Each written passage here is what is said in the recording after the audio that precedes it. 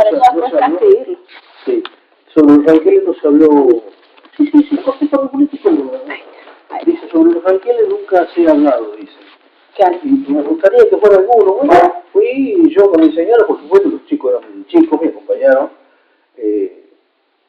Bueno, teníamos turno a las 9 de la mañana, sí, para subir. Ya me habían dicho, yo fui. Dice, bueno, mire, ya Camilo, usted tiene para disertar sobre los ranqueles desde las 9 de la mañana hasta las 10. Una hora de regreso. Bueno, está bien, no hay problema, listo. Así que bueno. Ahí en Villa Mercedes. En Villa Mercedes, en un salón había 1200 personas, estudiantes. ¿Cómo era el señor? ¿Cómo es? Over, de apellido, Over. No sé. Bueno, yo que no hace tanto, soy de San Luis, pero hace poco, porque hará, en 2017 me fui a ir a San Luis. Soy de Río Cuarto en realidad. Ah, cordobesa, sí. Claro, soy cordobesa. Mi esposo es el que es nacido y criado en San Luis. En San Luis Capital. En San Luis Capital. Así que, bueno, fui yo y le digo, sí, no hay problema. Yo hablaba, hago la presentación en la lengua ranquel, saludo, presento a mi familia, andaba en esa época Lautaro, que está allá, él traducía lo que yo iba diciendo en la lengua ranquel. Y, o sea, él también habla. Sí, pero ahora dejó, pero siempre estamos en contacto, siempre él se acuerda y habla bastantito, pero sigue el chico que tengo acá, el más chico, que ese también se recibió en San Luis, pero él quedó, siempre dijo, yo me recibo vos, yo de Victorica no me voy, dice. Claro. Y si te voy a seguir acompañando vos, me dice, en las charlas, en todo. Claro. Y ese se recibió de abogado y se vino. ¿Y cuánto tiene? El más chico tiene 33. Ah, es poquita diferencia. Sí, 3 años, sí. El otro tiene 36, pero bueno, el más chico está matrimoniado. ¿Y le incomoda? No me incomoda para nada. El más chico está matrimoniado, me dio un hermoso nietito, así que bueno. Ah, chocho, feliz con el nieto. Claro, así que, por lo menos mal que está acá también. Entonces, sí, así, y está acá, sí. Trabaja bien, la esposa que tiene es abogada también, así que están muy bien. Qué bueno. Así que, bueno. Y yo fui a San Luis, al encuentro ese que había, y bueno, comenzamos, yo comencé, me presenté, dije, vengo, soy descendiente de un cacique, José Gregorio Giancamil, soy bisnieto, mi abuelo era Pablo Giancamil, mi mamá Telviana Giancamil, nada más que mi mamá murió cuando yo tenía 5 años, ¿no? Y me criaron mi abuelo y mis tíos, los hermanos, los otros hijos del cacique. Claro. Acá en una casita que está, el ranchito está todavía, se está cayendo. Sí. Ya estaba en litigio, ya lo ganamos, este año lo ganamos. Decimos, está declarado lugar histórico a nivel provincia. Ah, se logró declarar lugar histórico. Sí. Qué bueno. Bueno, sí. ojalá que lo logre. Sí, ahora último, hará 20 días estuvimos en Santa Rosa, en el Ministerio de Cultura, y nos dijeron, bueno, ¿qué queríamos? Le digo, mirá, dice, nosotros habíamos pensado, cultura, me dijeron de hacer los cargos nosotros, dice eso. Bueno, mejor, le digo, para mí mejor porque a eso hay que mantenerlo, por ahí anda falta de dinero, falta de materiales y traer cosas. En cambio, si se hace cargo del gobierno, se pone en contacto con la municipalidad y lo va a manejar la municipalidad y el gobierno y yo, por supuesto. Siempre está a nombre de la comunidad de San Camilo. Sí, bueno, nosotros vamos a restaurar el rancho. Sí, el apuro mío era que no se cayera del todo y se perdieran, por ejemplo, los marcos de las puertas que son auténticos. Claro. ¿No? Que, por ejemplo, está en el umbral de la puerta, ese palito que llevaba, que es donde pega Giancamil y se muere, está todavía ahí. Claro. Así que sí, dice, bueno, eso lo vamos a mantener a todo. Dice, vamos a tirar todo, vamos a restaurar todo el rancho como era, con techo de paja y jarilla y piso de tierra, todo como era. Claro. Así que, y la idea es hacerlo como museo para que la gente pueda visitar. Sí, yo tengo varias cosas del cacique, de ahí el carro, tengo un carro que era del cacique que fue cuando el último combate bélico que ellos tuvieron el 19 de agosto de 1882, ahí acarrió en ese carro, acarrió los muertos, indios muertos, y los soldados muertos y heridos que había. Los soldados muertos los apilaron, los dejaron ahí nomás, en Cochico, de acá a 270 kilómetros, ahí fue.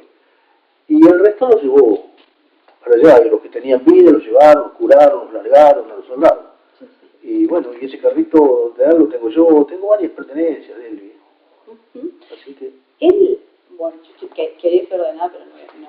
Él ahí en Cochicó se cruza con un Simón Martínez, puede ser, que Simón Martínez, que los había traicionado, entendí yo. Sí, el combate de Cochicó se hace, si bien es cierto, se iba a hacer igual en cualquier encontraran. Porque el tema que el gobierno nacional lo estaba presionando los grandes terratenientes que ellos tenían, porque ellos querían, porque ellos fueron los que bancaron la mal llamada conquista del desierto, la campaña del desierto, ¿no? Ellos eran los que ponían las armas a cambio de tierras, ¿no? Claro. Y de las mejores tierras, porque la provincia de Buenos Aires, Santa Fe, Córdoba, todos los nombres que tienen esos fueron para los terratenientes del gobierno. Sí. Así que, bueno, y ahí estaban apurados y querían tierras limpias de indios, y Giancamil en cualquier momento lo tenían que encontrar, no lo encontraban, y una noche él se había ido, Giancamil de acá de Nabucco se fue a Mitre, de Mitre a Puelén.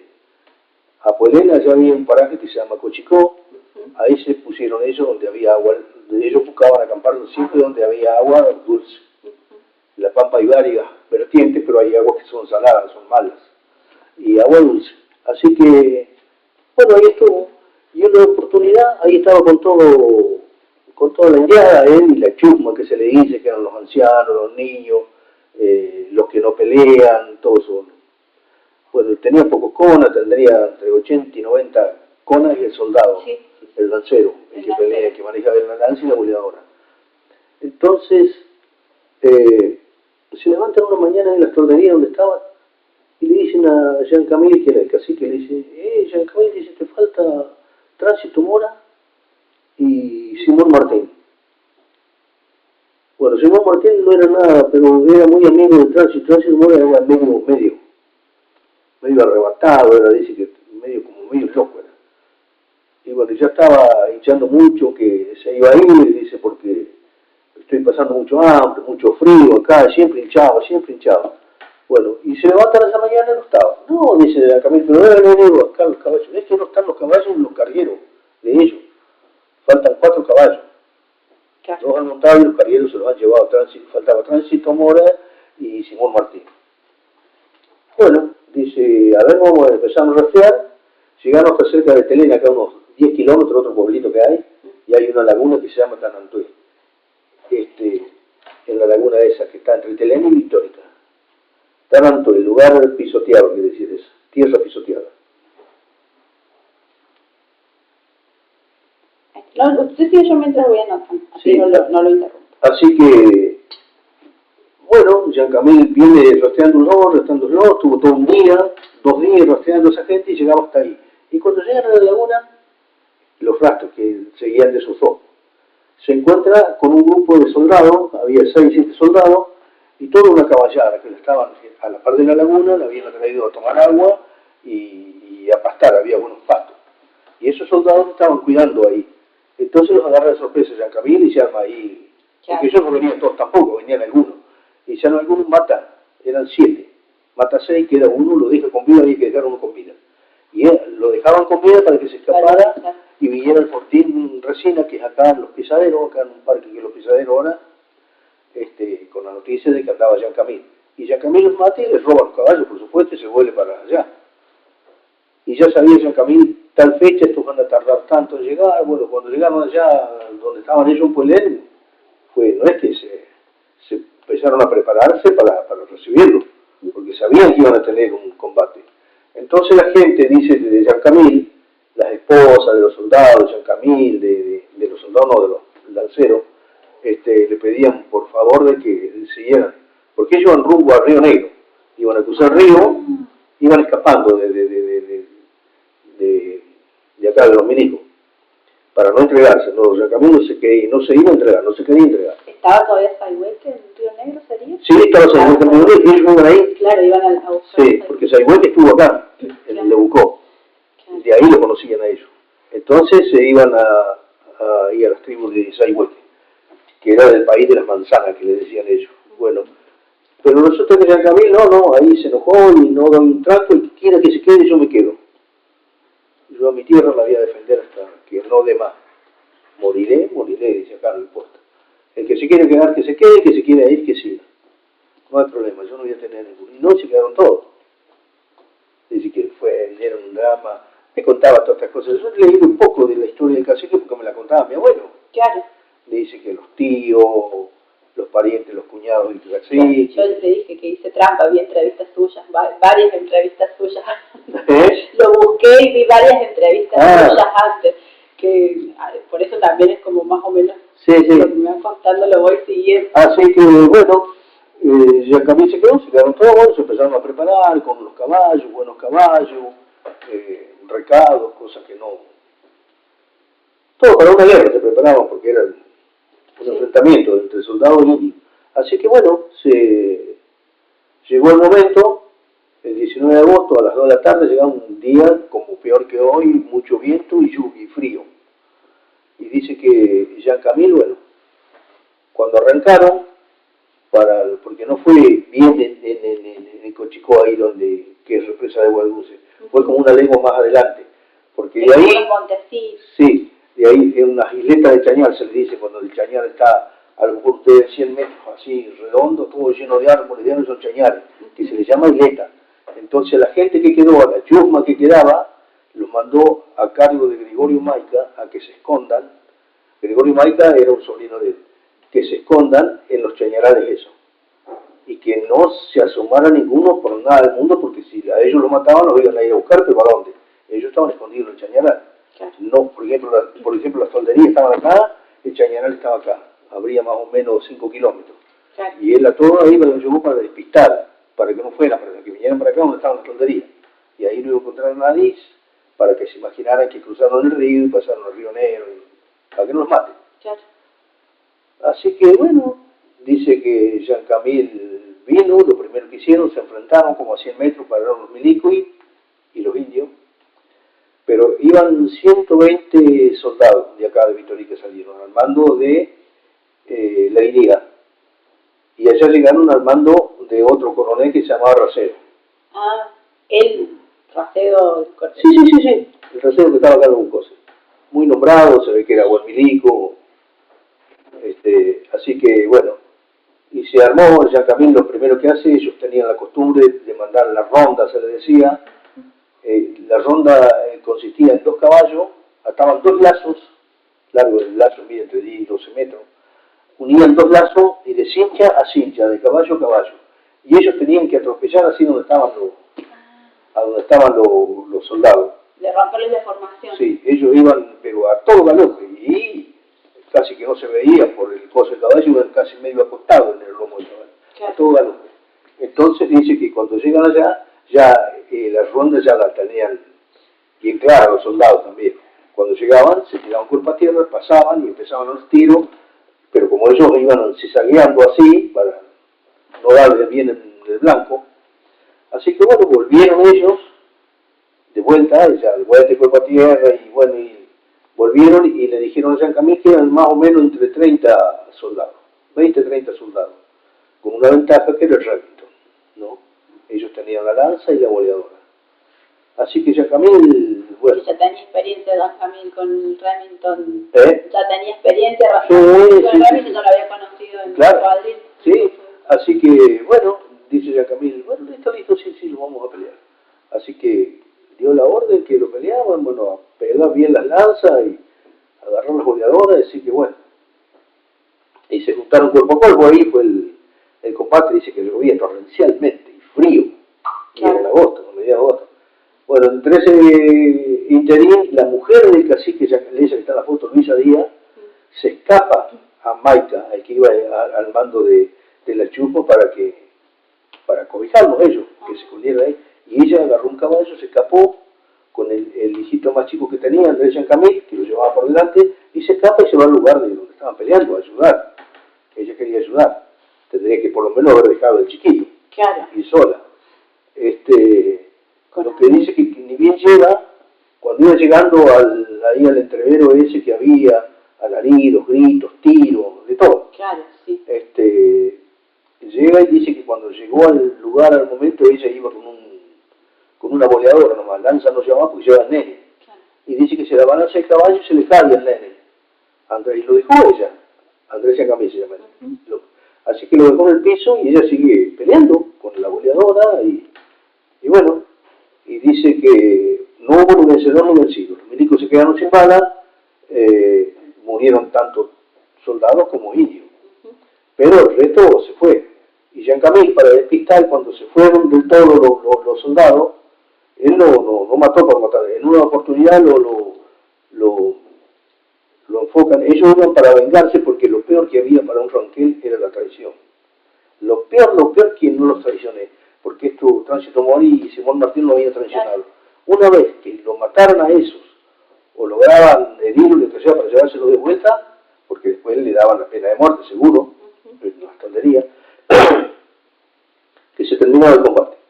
Así que bueno, Jean-Camille cuando lo enfocan a Tránsito Mora, que fue el primero que enfocaron, le pegaron un bolazo, le botaron 2 dientes, cae, le pegaron 32 lanzazos, mal pegados, todos, en las piernas, dice, en los brazos, en el cuerpo casi ninguno, pero 32 lanzazos, y se salvó.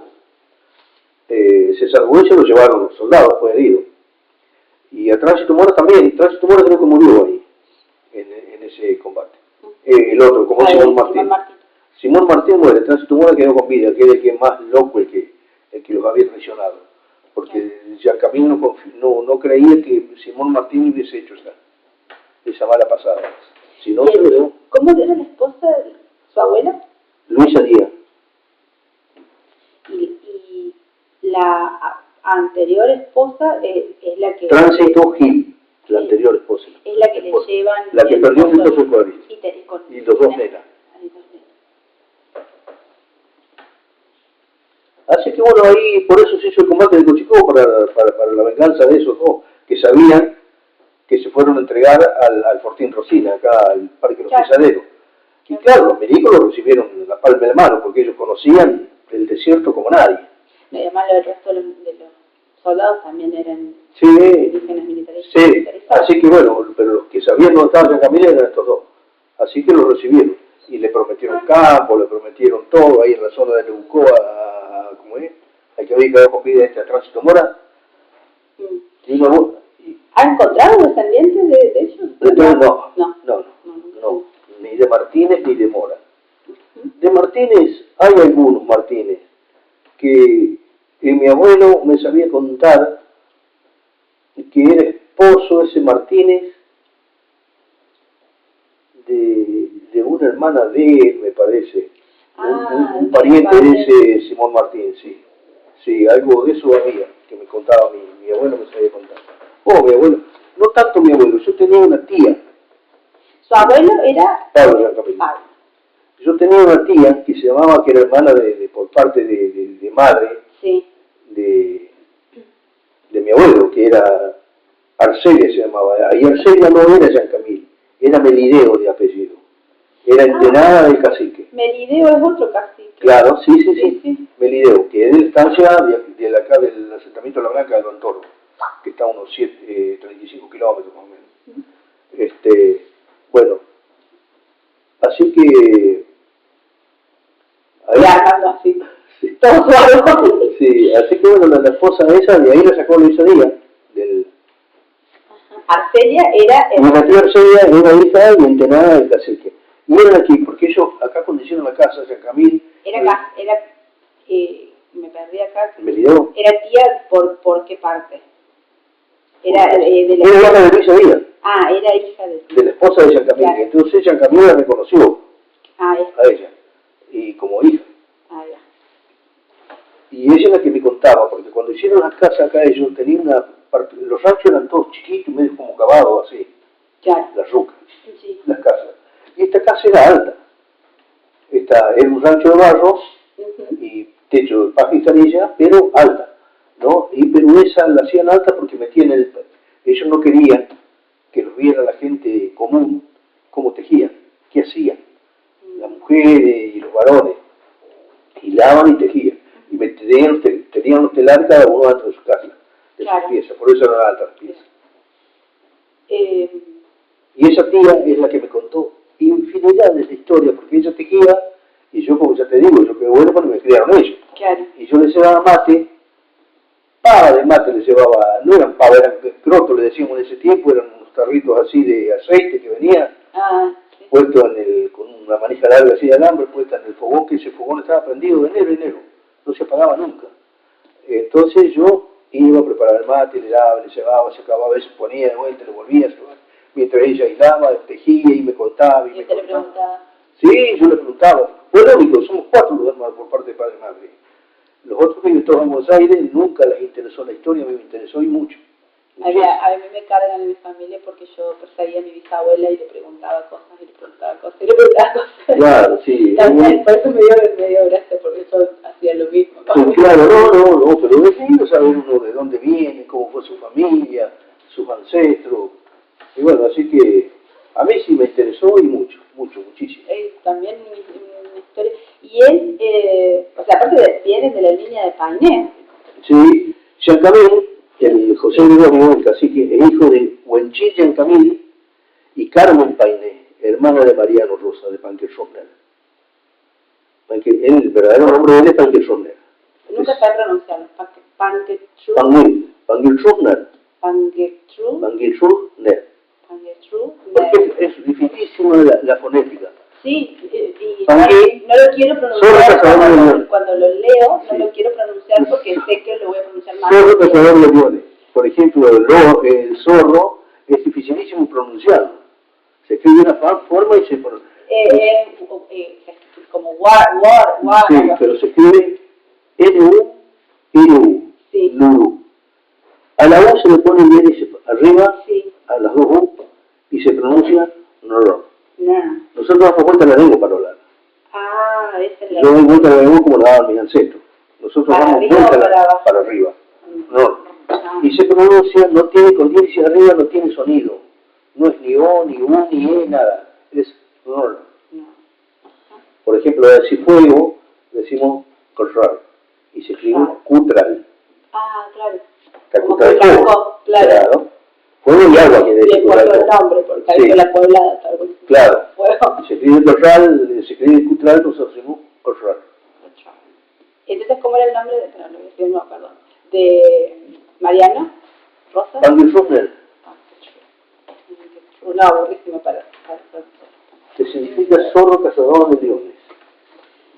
Yo estuve trabajando, pero después lo dejé porque se me complicó con la parte de con qué gobernador de San Luis estaba intercambiando cartas. Encontré unas cartas de Calván, que no se debe pronunciar así, que es hermano de Mariano Rosa. Sí, Calvayón.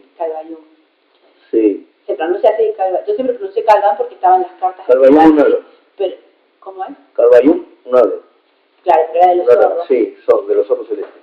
Y Calvayón, combinó de gabarzo, quiere decir Calvayón. Sí, zorro combinón de garbanzo significa el Calvayón una vez.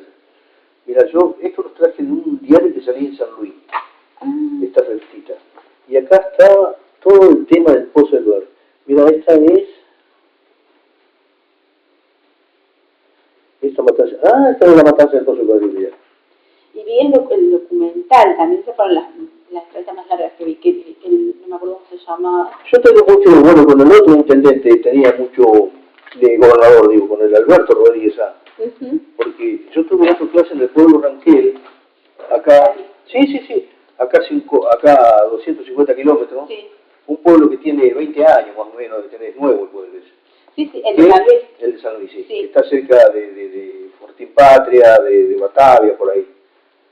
Y yo estuve dando clases 5 años ahí, en ese pueblo. Sí.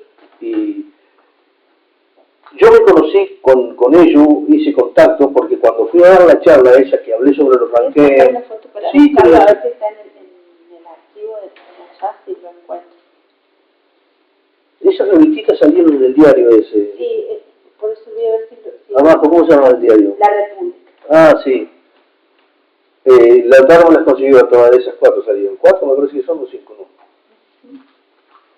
Sí, 4. Y bueno, porque los Sá son descendientes de Ranquel. De Painés, claro. Porque Pancho Sá, el bisabuelo de ellos, fue casado con una india. Sí. Pancho Sá estuvo exiliado acá en Temuco también. En las tolderías, sí. Sí. ¿Cómo era la mujer? La hija del no me acuerdo el nombre. Carmen. Bueno, esa era la mujer de Huenchín Giancamil, y es la mamá de Gregorio Giancamil. Claro. Giancamil nace ahí en San Luis, nace en Cochiquingán. un paraje, unas tolderías que estaban muy cerquita de Unión. No, ¿cómo se escribe? No quiero meterla. ¿Con G y con K o con...? Todo con K. ¿Así? Kingan, sí, exactamente. Esto era San Luis. Sí. ¿Sabes que una de las cosas que me motivó a trabajar con este tema es que hay historiadores que los he escuchado decir, historiadores, que en San Luis hay poca gente que la historia y que tiene formación de historiador, que decían que en San Luis no había indios. ¿Qué no había indios? Pero digo que somos todos rubios, son todos rubios celestes, yo como no sé, a ver, miren, acá hay toda sangre. De Villa Mercedes para abajo son todos descendientes ranqueños. Claro. Ya más para el lado de Muerto, ahí están mezclados, hay un poco de Huarpes y Comichingones. Y ya para el otro lado de la ciudad, ahí todos Comichingones, todos Huarpes. Hay un hombre que que estaba haciendo un estudio de los... Yo estuve en la toldería, en la laguna de Guanacache, con Pascuala Carrizo.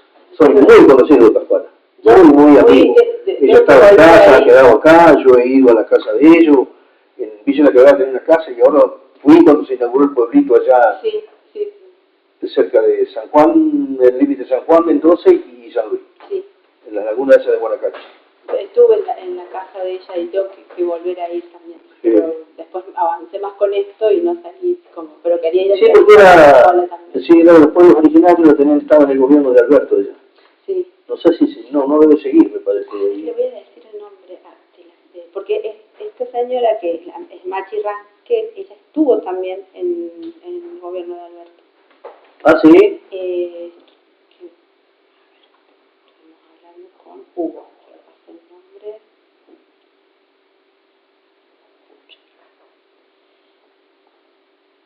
Fue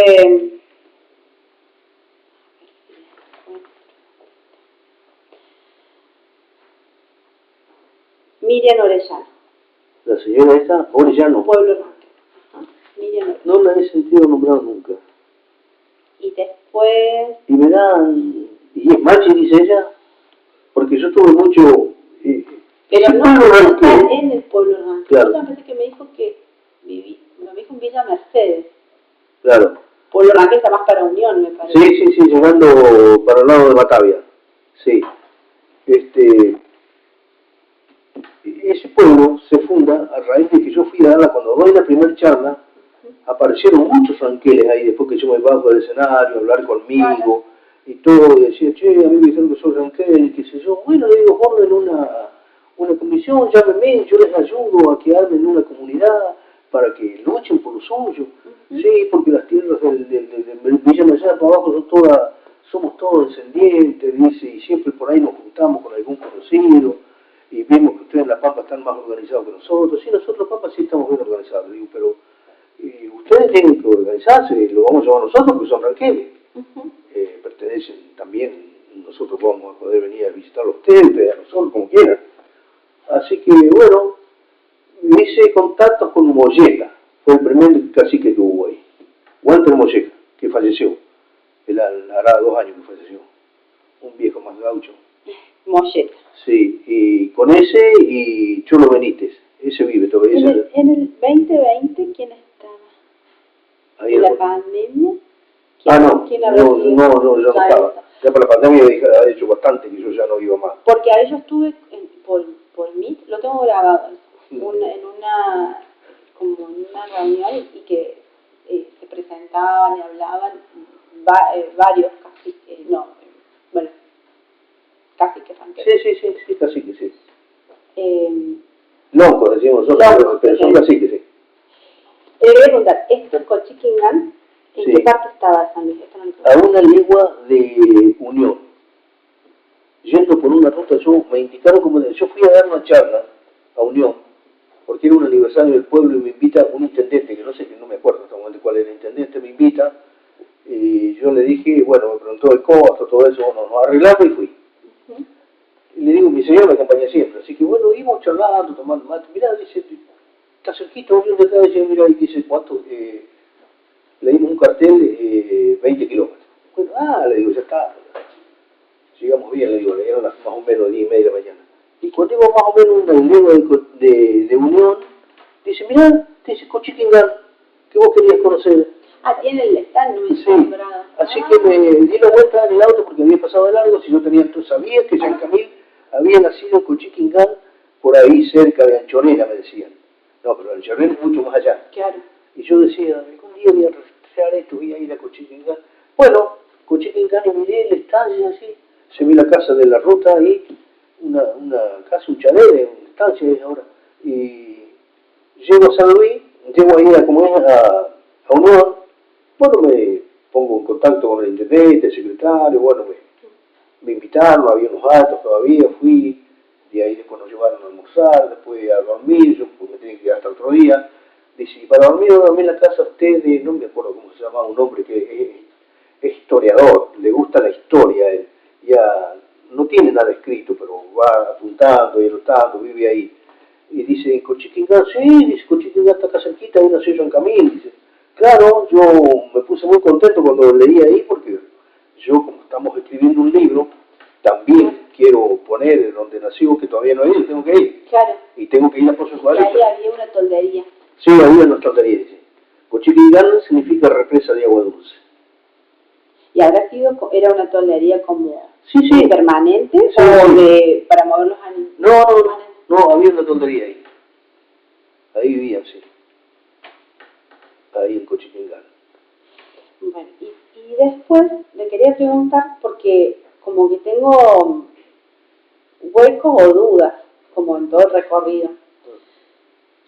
Tengo que buscar porque sé que en 1876 él estuvo o sea, en el tratado ese de paz que se firma, en el último tratado de paz, él lo había mandado a Mariano Rosas a parlamentar, que se junta creo con Rosas. El primero firmó el último tratado de paz. Y él está hermano de Mariano Rosas.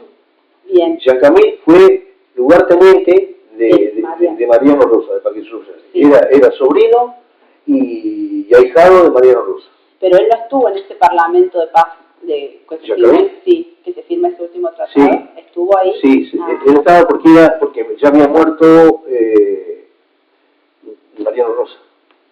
Ese último tratado lo firmó el Pugner y ¿cómo es? El Pugner es el que está, hoy tenemos una bandera, no sé. Sí, es como más delgado y como tiene barba. Mira, estos son cuando se bauticé, este es el primero. El más chico de los. Ese es cuando, esto lo hice cuando se bautizó mi nieto. Qué bonito. Los padres, y es una banderita, el souvenir que entregaban, es una banderita ranquera. Con las caras. Claro, y acá, ahí dice todo, claro. Lo que era, porque es chosno el cacique. ¿Qué es chosno?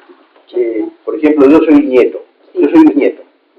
Mi hijo es tataranieto, Nehuel, y el hijo de Nehuel es chosno. No conozco. Lo que sigue es tataranieto. Y ese era el souvenir que entregaban después del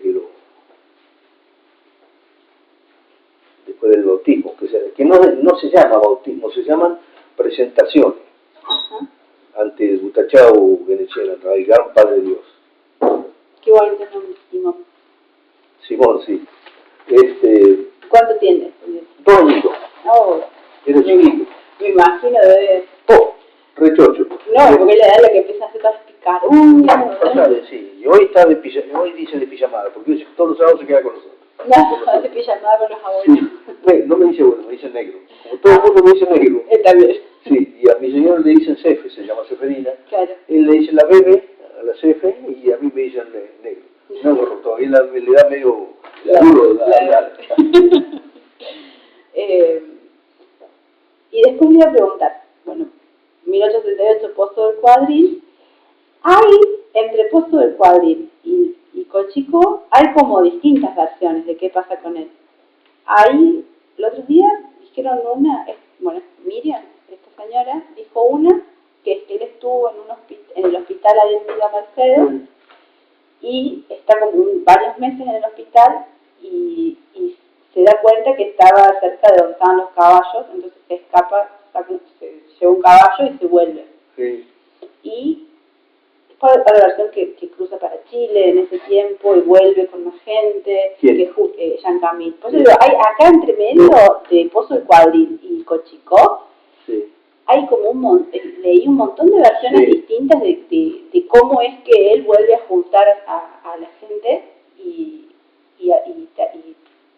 llega a Cochicó. O sea, es entre medio de eso, entre Pozo del Cuadril, cómo es que él sale. Hay otra versión que dice que Rudecindo Roca como que lo lleva militarizado y él como que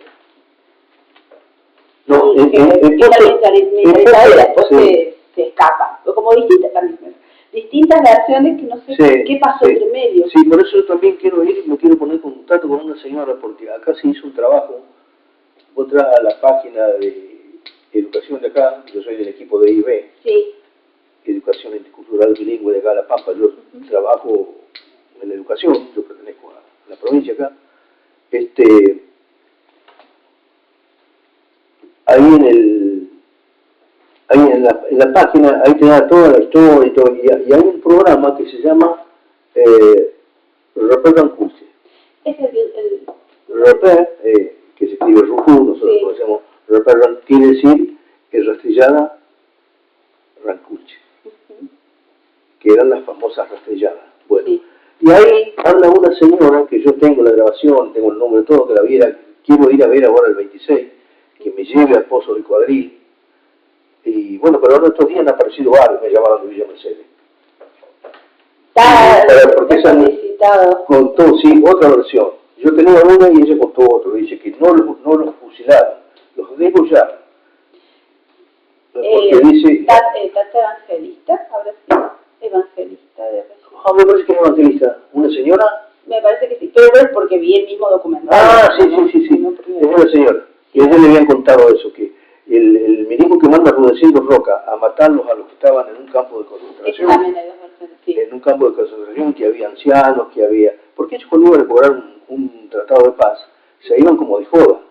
Entonces llevaban custodia, llevaban todo, de la familia de ellos, el que quisiera ir, y el que se sintiera bien, iba, porque no quedaban muchos chiquitos, muchos ancianos, que no podían cabalgar tanto de acá a Villa Mercedes, ¿viste? Así que el resto quedaba acá en la tontería, pero el que podía ir, iba. Y Jean Camille va a cobrar ese tratado de paz, porque cuando muere Mariano, queda como lugarteniente de Pumer, que Pumer, por ser el hermano más chico, que entre ese interín, cuando muere, en 1877, muere a los 52 años de viruela, muere Mariano Rosa, porque la viruela fue una forma más de exterminarlo al indio.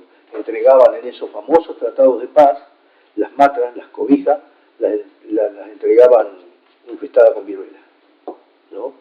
Que la viruela era como el COVID que hubo hace poco, muy contagiosa. Ellos no tenían recursos, no tenían cómo manejarse. ¿Qué hacían? Se caía uno, se empezaba a descomponer, y luego levantaban la tonterísima. El que quedaba medio moribundo lo dejaban. Y no llevaban ninguno, de los que estaban con fiebre, esas cosas, se tenían que quedar. Morían, como murió Mariano. Sí, como el aislamiento, digamos, para prevenir. Y después venía, estaban todos muertos. ¿Qué hacían ellos? Quemaban quemaban todo para que eso no se expandiera más, que no siguiera ese contagio. Quemaban todos los cueros, lo que había quedado ahí. Y después la otra versión que había leído, pero no me acuerdo de dónde la leí ahora, que había sido reclutado para el Regimiento 12 de Infantería y que él se escapa. Que Rudecindo Roca lo quiere como reclutar para el Regimiento 12 y él se escapa. O sea, por eso acá entre medio... ¿Eso dónde vos lo leíste o te lo dijeron? Lo leí, ya te voy a decir. Porque, ya les digo, estuve buscando y me empezaron a aparecer tantas, y como que mucha gente escribía distintos pedacitos. Vos sabés que yo mucho material leí al Palenzona ese y a Teresita Balché, de Villa Mercedes, una escritora. Y no me gustó para nada todo Balché, ese de Villa Mercedes. No me gustó para nada lo que han escrito. Ponen todo cambiado. Yo les traten de no cambiar nada, como yo les digo. No, han cambiado muchísimas cosas. Han puesto lo que a ellos les parecía. Bueno, y eso es lo que yo no quisiera. Claro. Yo quisiera incluir, pero si ya que mi intención es que de una vez empiece a estar la historia de las comunidades indígenas, incluir dentro de la historia, como debió ser siempre, que sea la palabra de las comunidades la que... Claro, claro, sí. Mi intención es, yo le voy a pasar lo que escriba para que usted me... Sí, parece, no hay ningún para problema. que me diga si es correcto, si tiene porque error. yo tengo acá muchos problemas con los escritores de La Pampa. Acá hay un gran escritor que es de Petri. Pero no pone que cambia las cosas. Mira, yo tuve nos tuvimos varias discusiones y después nos amigamos la última vez acá en Winter Renacó. Yo fui a ver una charla y ahí que habla de este periodo, no sé si no es él el que dijo esto. Da la casualidad que él también estaba por dar una charla de no sé de qué era él. Yo, de mi abuelo Pablo, Jean Camille y de los Franqueles. Que esa historia me la sé de pe a pa toda. Claro. Y yo trato de contar lo que ellos me dijeron, no agregarle ni sacarle nada, como tal cual me la contó mi abuelo, mis tíos. ¿Sabe que me acuerdo de Depet que también decía que habían aparecido documentos entre Mendoza y San Luis que como causas, como no sé si judiciales, pero de esta época, como de pillaje, tipo de eso, de sacar los cabales, que andaban robando, sí que andaban cuatreando, como se les decía antiguamente. Claro, bueno, no, entonces creo que de él lo escuché, pero digo, bueno, voy a buscar a ver si en el archivo, en algún lado aparece algo de esto, pero primero le quería preguntar a usted qué había pasado entre el 78 y el 82, si usted sabía si él había cruzado a Chile. No cruzó a Chile, no fue de Chile, nunca fue a Chile casi. Nunca. Lo más que llegó fue porque tenía mucho contacto con los pehuenches de acá de San Rafael Mendoza, del sur de Córdoba. Y parte de Malargo, de toda esa lista, había pehuenches. Y él, antes del combate de Cochicó, él sabía que le iban a hacer falta fuerzas, entonces fue a buscar. Y no habían quedado casi indios. ¿Sabés lo que había? Gente de Pincheiras, que eran unos forajidos, que entró como un ejército, 1000 personas, de los Pincheiras, eso, de Chile. Eran todos asesinos, ladrones, de todo, cuatreros, todo tenían. Que se andaban escapando. Y se cruzaron a Argentina y se guarecieron en Malargüe, en una parte que se le dice el Castillo de los Pincheiras, que vos subís y yo subí ahí.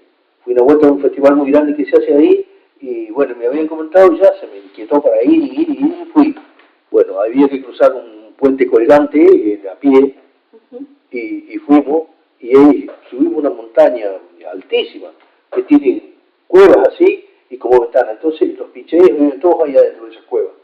Y de ahí vigilaban todos, si llegaba alguno, si no llegaba alguno, si cuántos eran, todos los mataban, los degollaban. Eran unos forajidos, tuvieron mucho en la ciudad de San Luis, parte de acá de La Pampa, y Jean Camille andaba buscando de eso si les había quedado alguno por ahí, y creo que venían para enfrentar en el combate de Cochicó uno o dos que había conseguido él. Claro, entonces acá él junta gente. Sí, pero dos nomás que había conseguido y nada más, bueno, y si no lo hacía con los que estaba. Así que, sí, no, pero no fue así. Acá, después de Cochicó, lo logran atrapar al lado de una laguna, ¿puede ser? Sí, en Miauco. Miauco. Se pronuncia con una I. Miauco. Él había salido a cazar, yo tengo, no lo tengo que mover mucho. Yo tengo mucha documentación del cacique. Tengo el certificado de fusión, tengo el certificado de bautismo, ese lo conseguí en Villa Mercedes, el certificado de bautismo, que lo bautizaron aquí en Luco en el año 1870, cuando vino Mansilla con el franciscano Donati, fue el que lo bautizó a Jean Camille. Y bueno, ahí conseguí. Y yo estaba, como te digo, estaba dando una charla ahí en Villa Mercedes, cuando en un interín que yo tenía, me fui hasta la iglesia y le pedí al cura, sí, me trajo una fotocopia. Y a la tarde, cuando yo voy de vuelta a dar una charla al mismo salón donde fui de VBS, tenía que dar yo porque había llegado otra gente, tenía que subir de vuelta, cae una señora que era escritora, no me acuerdo, historiadora era la señora, y me trae y le había sacado fotocopia a todo el cuaderno de los indios que habían bautizado acá en la UCO, a todas. ¿Puede haber sido, era una señora jovencita? No, ya era señora de edad ya, señora grande. porque la que yo sé que ha hecho ese trabajo, que quería como rastrear, porque también veo como muchas veces en el bautismo se perdían los apellidos, sí, entonces como rastrear qué había pasado con la población indígena después de la desaparición de la frontera, sí. y había rastreado como las actas de bautismo, que Graciana Pérez Zavala, que fue mi profe, y Marcela Tamagnini, que trabajaba con las cartas indígenas, sí. Que también ellos trabajaron con los archivos de Donati. Sí, porque hay muchos escritores que más que nada inventan cosas. Claro. Por eso en el libro que le dice, yo no tengo el libro ese, me lo regaló la escritora, una sobrina de Jarrín, que ahora es de Cultura, no me acuerdo bien cómo se llama, ahora es directora de Cultura la señora. Estuvo el otro día aquí en casa, vino a ver el tema. Yo leí lo de la entrevista de... ¿La hiciste vos una entrevista? No, leí lo de la entrevista que le hace Jarrín. ¿En quién lo leí? A Yacamil. Sí. No me acuerdo el nombre. No va a salir el nombre. Sí, bueno, en el libro sí, ahí yo tengo el libro ahí.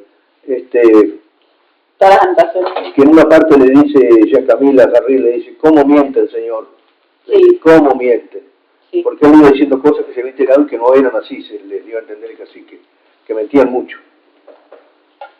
Bueno, y eso es lo que yo quiero reconstruir. De todo lo que se dice, quiero pasar en limpio a ver qué era. Salomón Tarquín. Ella, Claudia Salomón. Claudia Salomón Tarquín, la conozco hace años. Y después que trabaja con ella, Anabela Abona, sí. Que trabajó el tema de las tierras. Sí, las conozco, las dos tuvieron aquí en casa. Sí. Las conozco desde hace años, desde que yo en el 95 comencé con esto, y bueno, al tiempo apareció ella, vino, habló conmigo, estuvimos mucho, almorzó acá, bueno. Bueno, después de ahí entonces va Martín García, que ahí se reencuentra con... ¿Con quién se reencontraba? ¿Pincel? Con Pincel. Sí. Se escapan, los vuelven a agarrar. Se escapan, todo eso va, sí, es así, digamos. Como en el año 1885 tengo yo. Sí. En 1882, 1883. Ajá.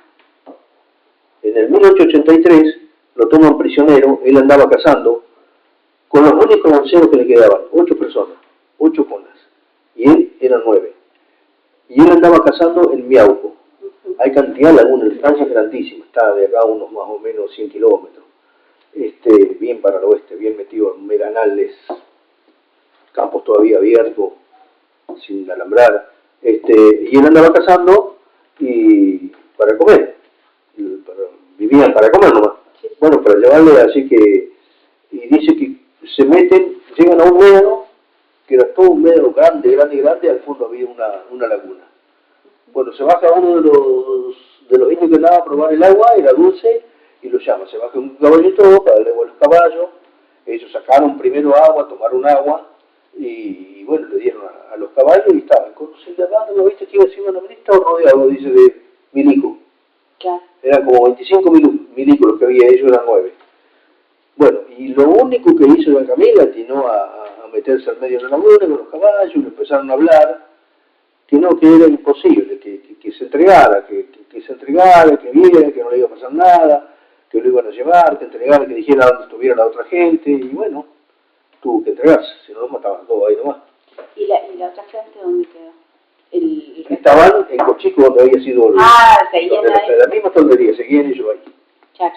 En Puelén, una zona del departamento Puelén. Y después que lo atrapan a Yancamil. Bueno, de ahí cuando lo llaman, yo tengo el parte militar manuscrito cuando lo toman prisioneros Yancamil.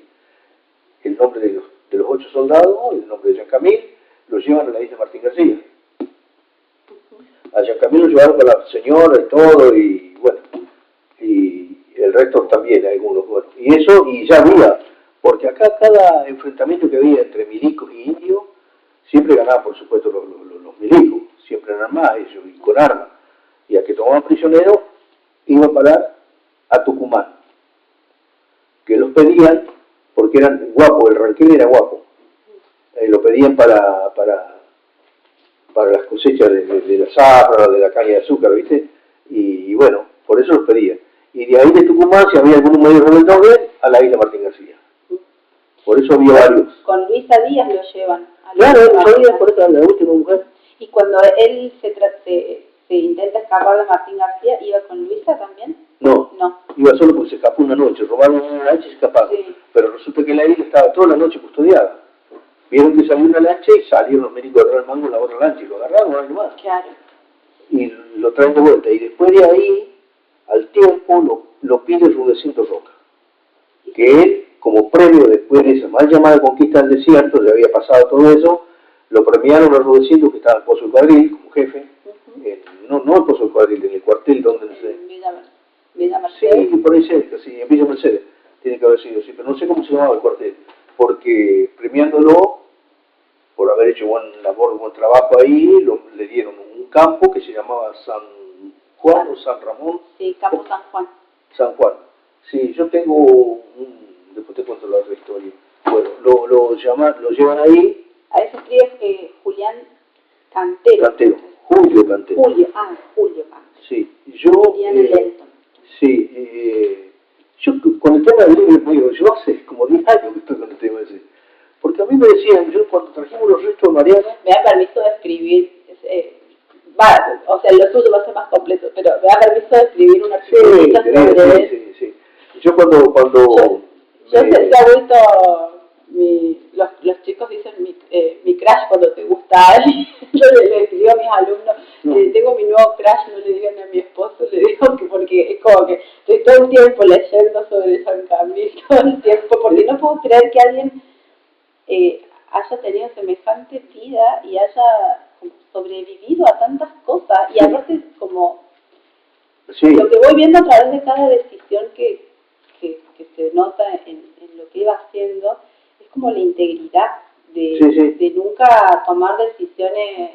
Podría haberse escapado solo y seguro. Y listo, y no, y como me parece tan admirable que...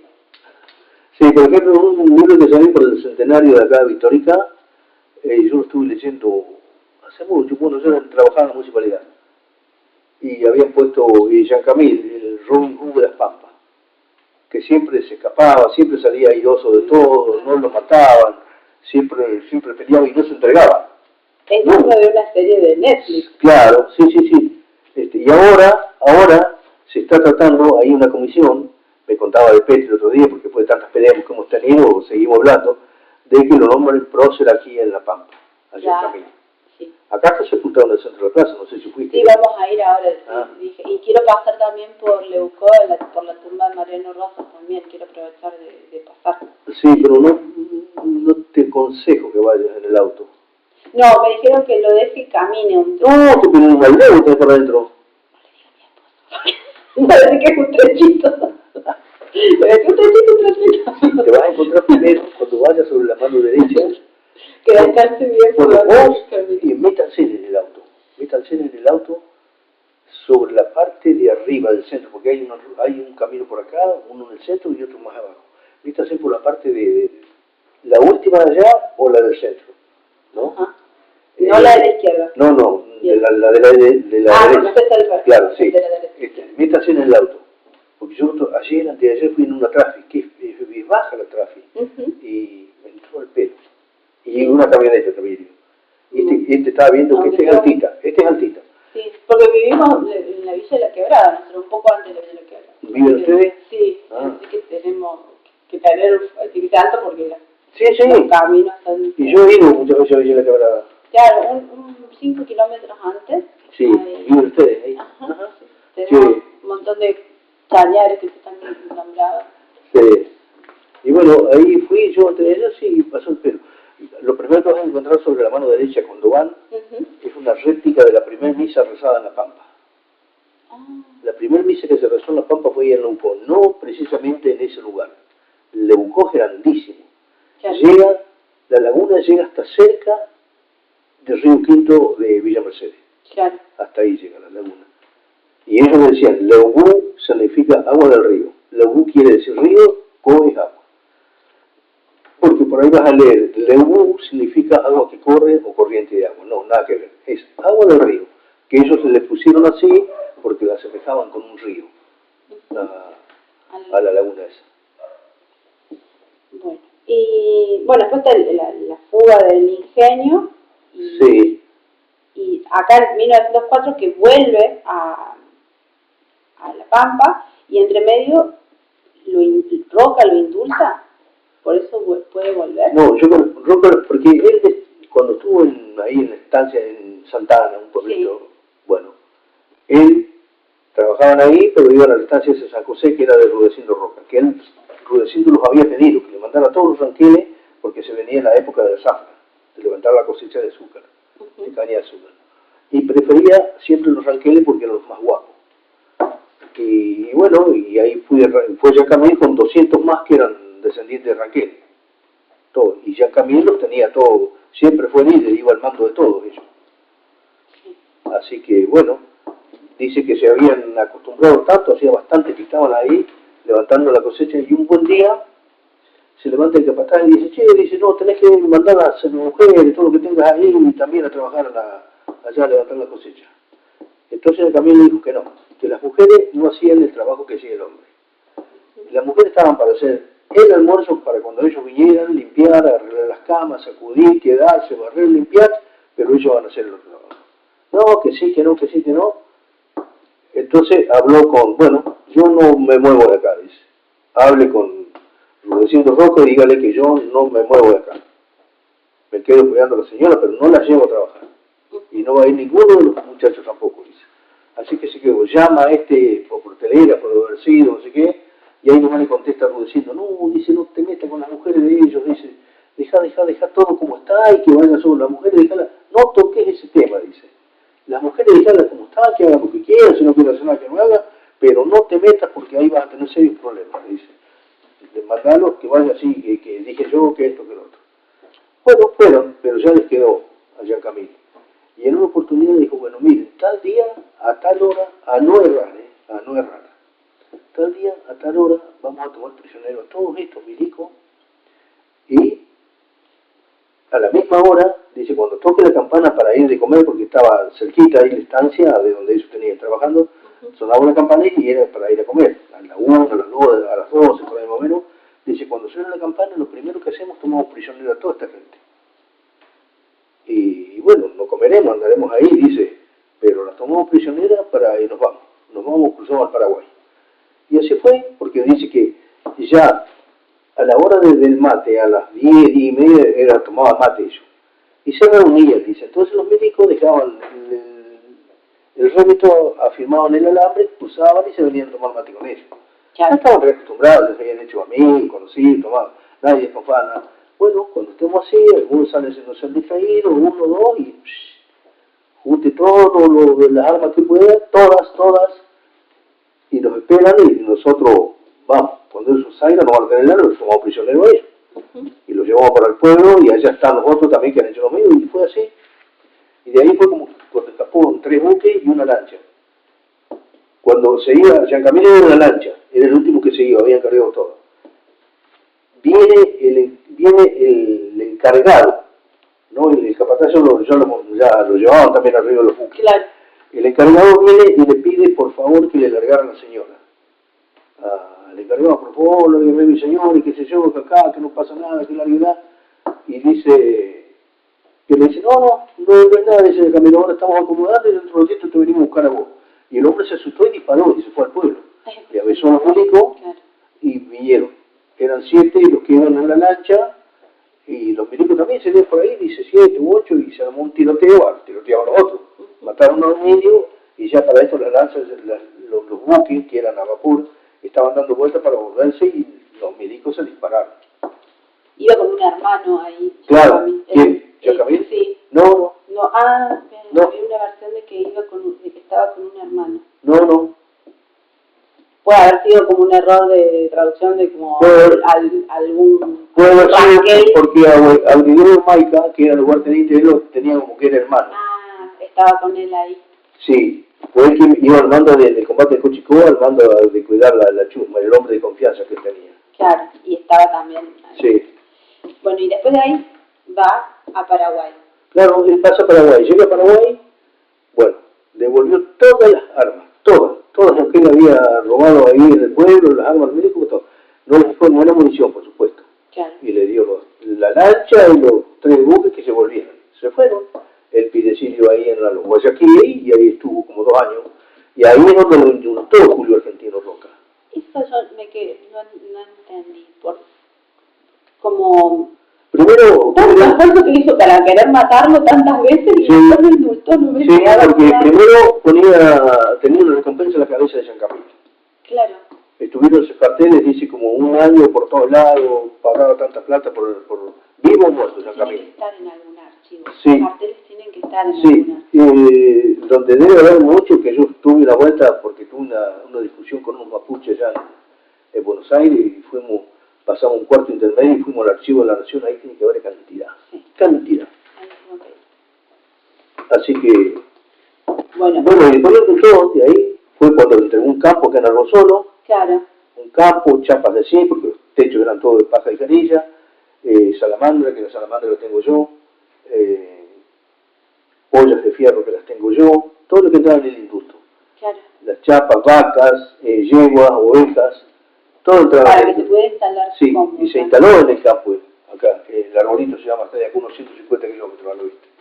No es el famoso lote 21 de Silvio, ese es el que se llama lote 21, arbolito. Que, por ejemplo, y ahora es una lástima que eso se perdió, porque mi tía que era viuda era casada con un Florencio de Camilo, hijo de Pablo, hermano de Pablo. Ajá. Casados eran. Y, por supuesto que cuando fallece, se queda con el campo, la viuda. Se vuelve a casar con otro que no tiene nada que ver, un vivo el otro, y bueno, se quedó con todo. Muere mi tía y se queda con todo. ¿Cómo se llamaba su tía? Adelina Zárate. Claro. Y ahí cuando se vuelve a casar se pierde. Claro, también era paisana ella. Pero logran que pase a su familia, o sea, en algún momento pasó a su familia. Sí, San Camilo vivía acá en el pueblo. Claro. Fue uno de los primeros habitantes también de acá de Vitorita. Claro. Y los hijos, Gregorio y Florencio, son los que trabajaban en el campo. Andrés, en el campo de él. Andrés trabajaba en la estancia de Miauco, como mensual. Y mi abuelo Pablo, porque es la misma donde lo habían atrapado en el 83, donde está la laguna. Como es, también entraban para mi abuelo Pablo San Camil los estudios en la Autocrao, una privada que hay en Buenos Aires. Y ahí estudió de tornero mi abuelo. ¿Cómo se llamaba? Pablo San Camil. No, pero... Autocrao. ¿Otto? Es una universidad, que es muy famoso ahí. Ajá. De ahí salen como una escuela, ¿cómo te puedo decir? Dice que enseñan a soldar, que enseñan todas esas cosas. Como técnica. Exactamente, ajá. Sí. Y él salió y le faltaba 1 año para recibirse el tornero y se lo pide cuando venían todas las vacaciones de invierno y de verano. Mi abuelo iba pasado derecho al pueblito de Telén. Telén en esa época era más grande que Vitorica. Vivía mucho del monte, había muchos aserraderos. Y el fundador de Telén era un francés, Cadeville, de apellido, Enrique Cadeville. Y cuando ni bien se enteraba que llegaba Pablo San Camil, la Victorita, que Telén era Punterriele, claro. Venía a hablar con mi abuelo para que se lo prestara, que le reparara todas las máquinas. Y claro. Mi abuelo le arreglaba todas las máquinas del aserradero y se la dejaba a 0 kilómetros y se iba. Después le empezó a joder, ¿qué lo vas a mandar a estudiar? Ya sabe trabajar, que trabaje. Y bueno, mi abuelo no lo mandó más. Se quedó trabajando en el aserradero claro. Cuidando las máquinas. No terminó. Y después con el tiempo puso una herrería acá en Vitoringa, que yo trabajé con mi abuelo cuando tenía los 9 años más o menos. En esa época había muchos carros, y acá yo le enseñaba, él me enseñaba. Y yo le ayudaba a enchantar eso. Claro. Todo un laburo eso. ¿Cuántos años tenía usted cuando murió su abuelo? Tenía 20. Tenía 20 años y estaba haciendo servicio militar en Bahía Blanca.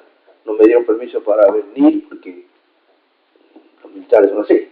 Claro, sí. ¿Qué? Allá el velar de ese viejo a mierda, ese que invita, así te tratan. Oh, sí. Bueno, era mi abuelo, me había criado. Claro. Así que, bueno, sí quedó sepultado en Buenos Aires, murió de cáncer.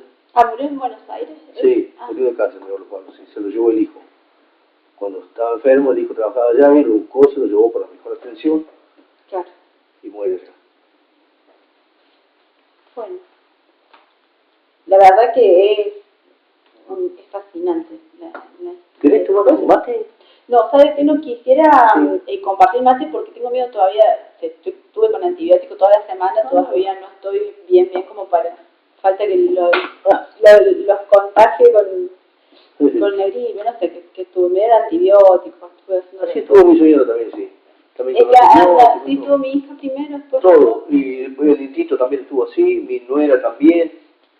Bueno, no hace cosa que después no me decía más, porque no vino y me dejó todo el enfermo. Sí. No sabes, yo estuve toda la semana cuidándome porque quería reponerme para poder venir. Bueno, creo que ahí... No sé, preguntá lo que quieras, aprovechar. Yo, esto, como mi intención es que una vez que escriba, mostrarle, ver si lo puedo mandar y mostrarle para que usted me diga si está bien. No quiero ser otra más que usted lo lea y diga, no, se escribió cualquier cosa, no es nada que ver lo que escribió. Y bueno, y voy a seguir buscando también, ya le digo, mi primera intención es escribir sobre Pozo del Padrino.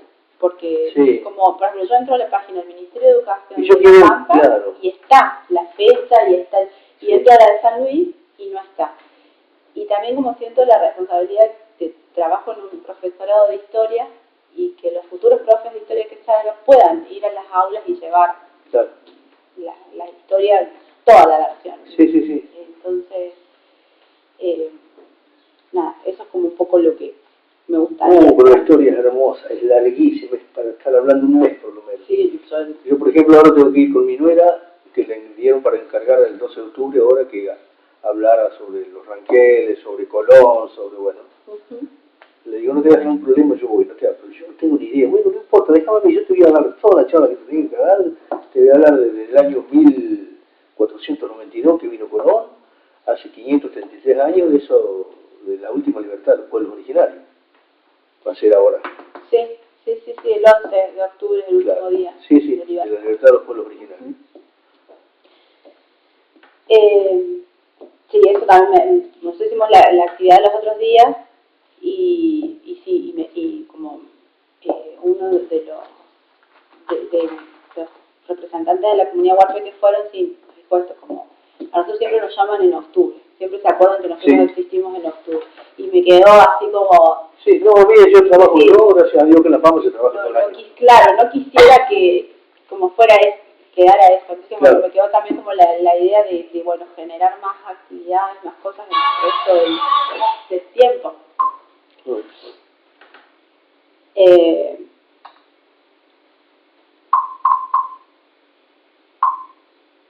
Me puse a acercar porque a veces es muy ofensiva el... A mí me encanta. La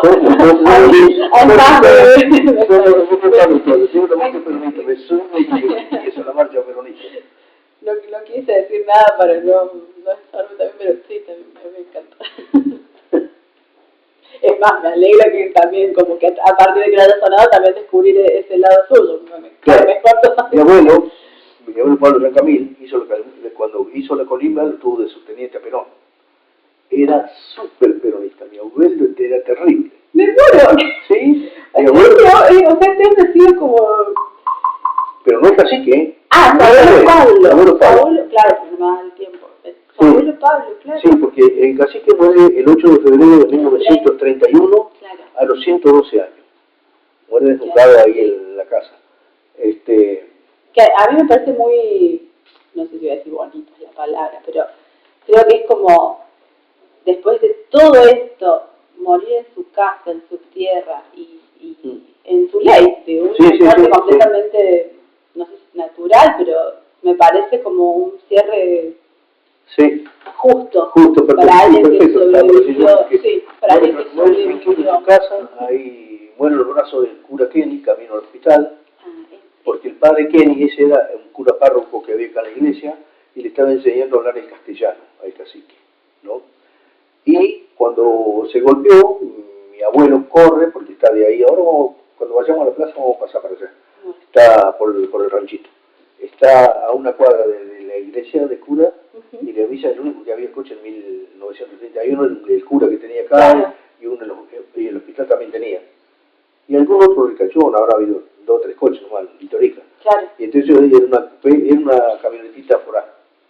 Así que bueno, y de hecho la camionetita la manejaba, pues el cura no sabía manejar, la manejaba mi abuelo.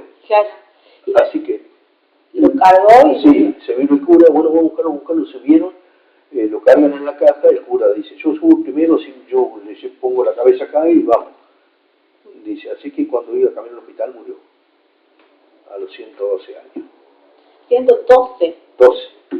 Y ahora cuando vayamos a la tumba, viste, que está los restos, yo hice un proyecto, él estaba sepultado en el cementerio acá, y hice un proyecto para trasladarlo a la plaza central de Vitorica, por pedido de él mismo, del cacique San Camilo, porque en el año 1923, cuando se estaba cerrando la pirámide que está en el centro de la plaza, que ahí están los restos de los soldados que murieron en el combate de 1882, la urna estaba en la iglesia, porque la habían ido a buscar los milicos allá a Puelén, la trajeron, tuvo un tiempo depositada en el cementerio, después la pasaron a la iglesia, estuvo depositada la urna de la ceniza, vendría a ser de todo eso, y cuando en 1923 se estaba cerrando, iba por la mitad de la pirámide esa, pusieron la urna y la terminaron de cerrar. Y era todo un acontecimiento, un acto. Habrá habido, me contaba Alfredo Gesualdi, un viejo habitante de acá de Vitorica, y mi abuelo también, pero este habitante tendría, lo mismo que me contó mi abuelo, me lo contó ese hombre. Bueno, murió también hace el año pasado, murió un hombre muy lúcido, tenía 90 y pico de años, pero muy lúcido. A mí me contó la historia esta cuando dice que yo tendría, me decía el hombre, yo tendría para el 1923, tendría a lo mejor 12 años, 13, y yo estaba en el acto. Y antiguamente, cuando se hacía un acto, alguna cosa, era toda una fiesta, un acontecimiento. La gente se venía con las bancas, le decían ellos, los bancos largos, eso, y venía con toda la familia y tenía para sentarse, para no cansarse, estar parado, escuchando que hablara, o los kermeses que se hacían en ese tiempo. Las kermeses eran las fiestas y todo, donde se vendía torta, se jugaba carreras cuadreras, carreras de sortija, todas esas cosas. Bueno, y dice, y estaban toda la familia, habrá habido 80 en total, no había más habitantes Vitorica, dice.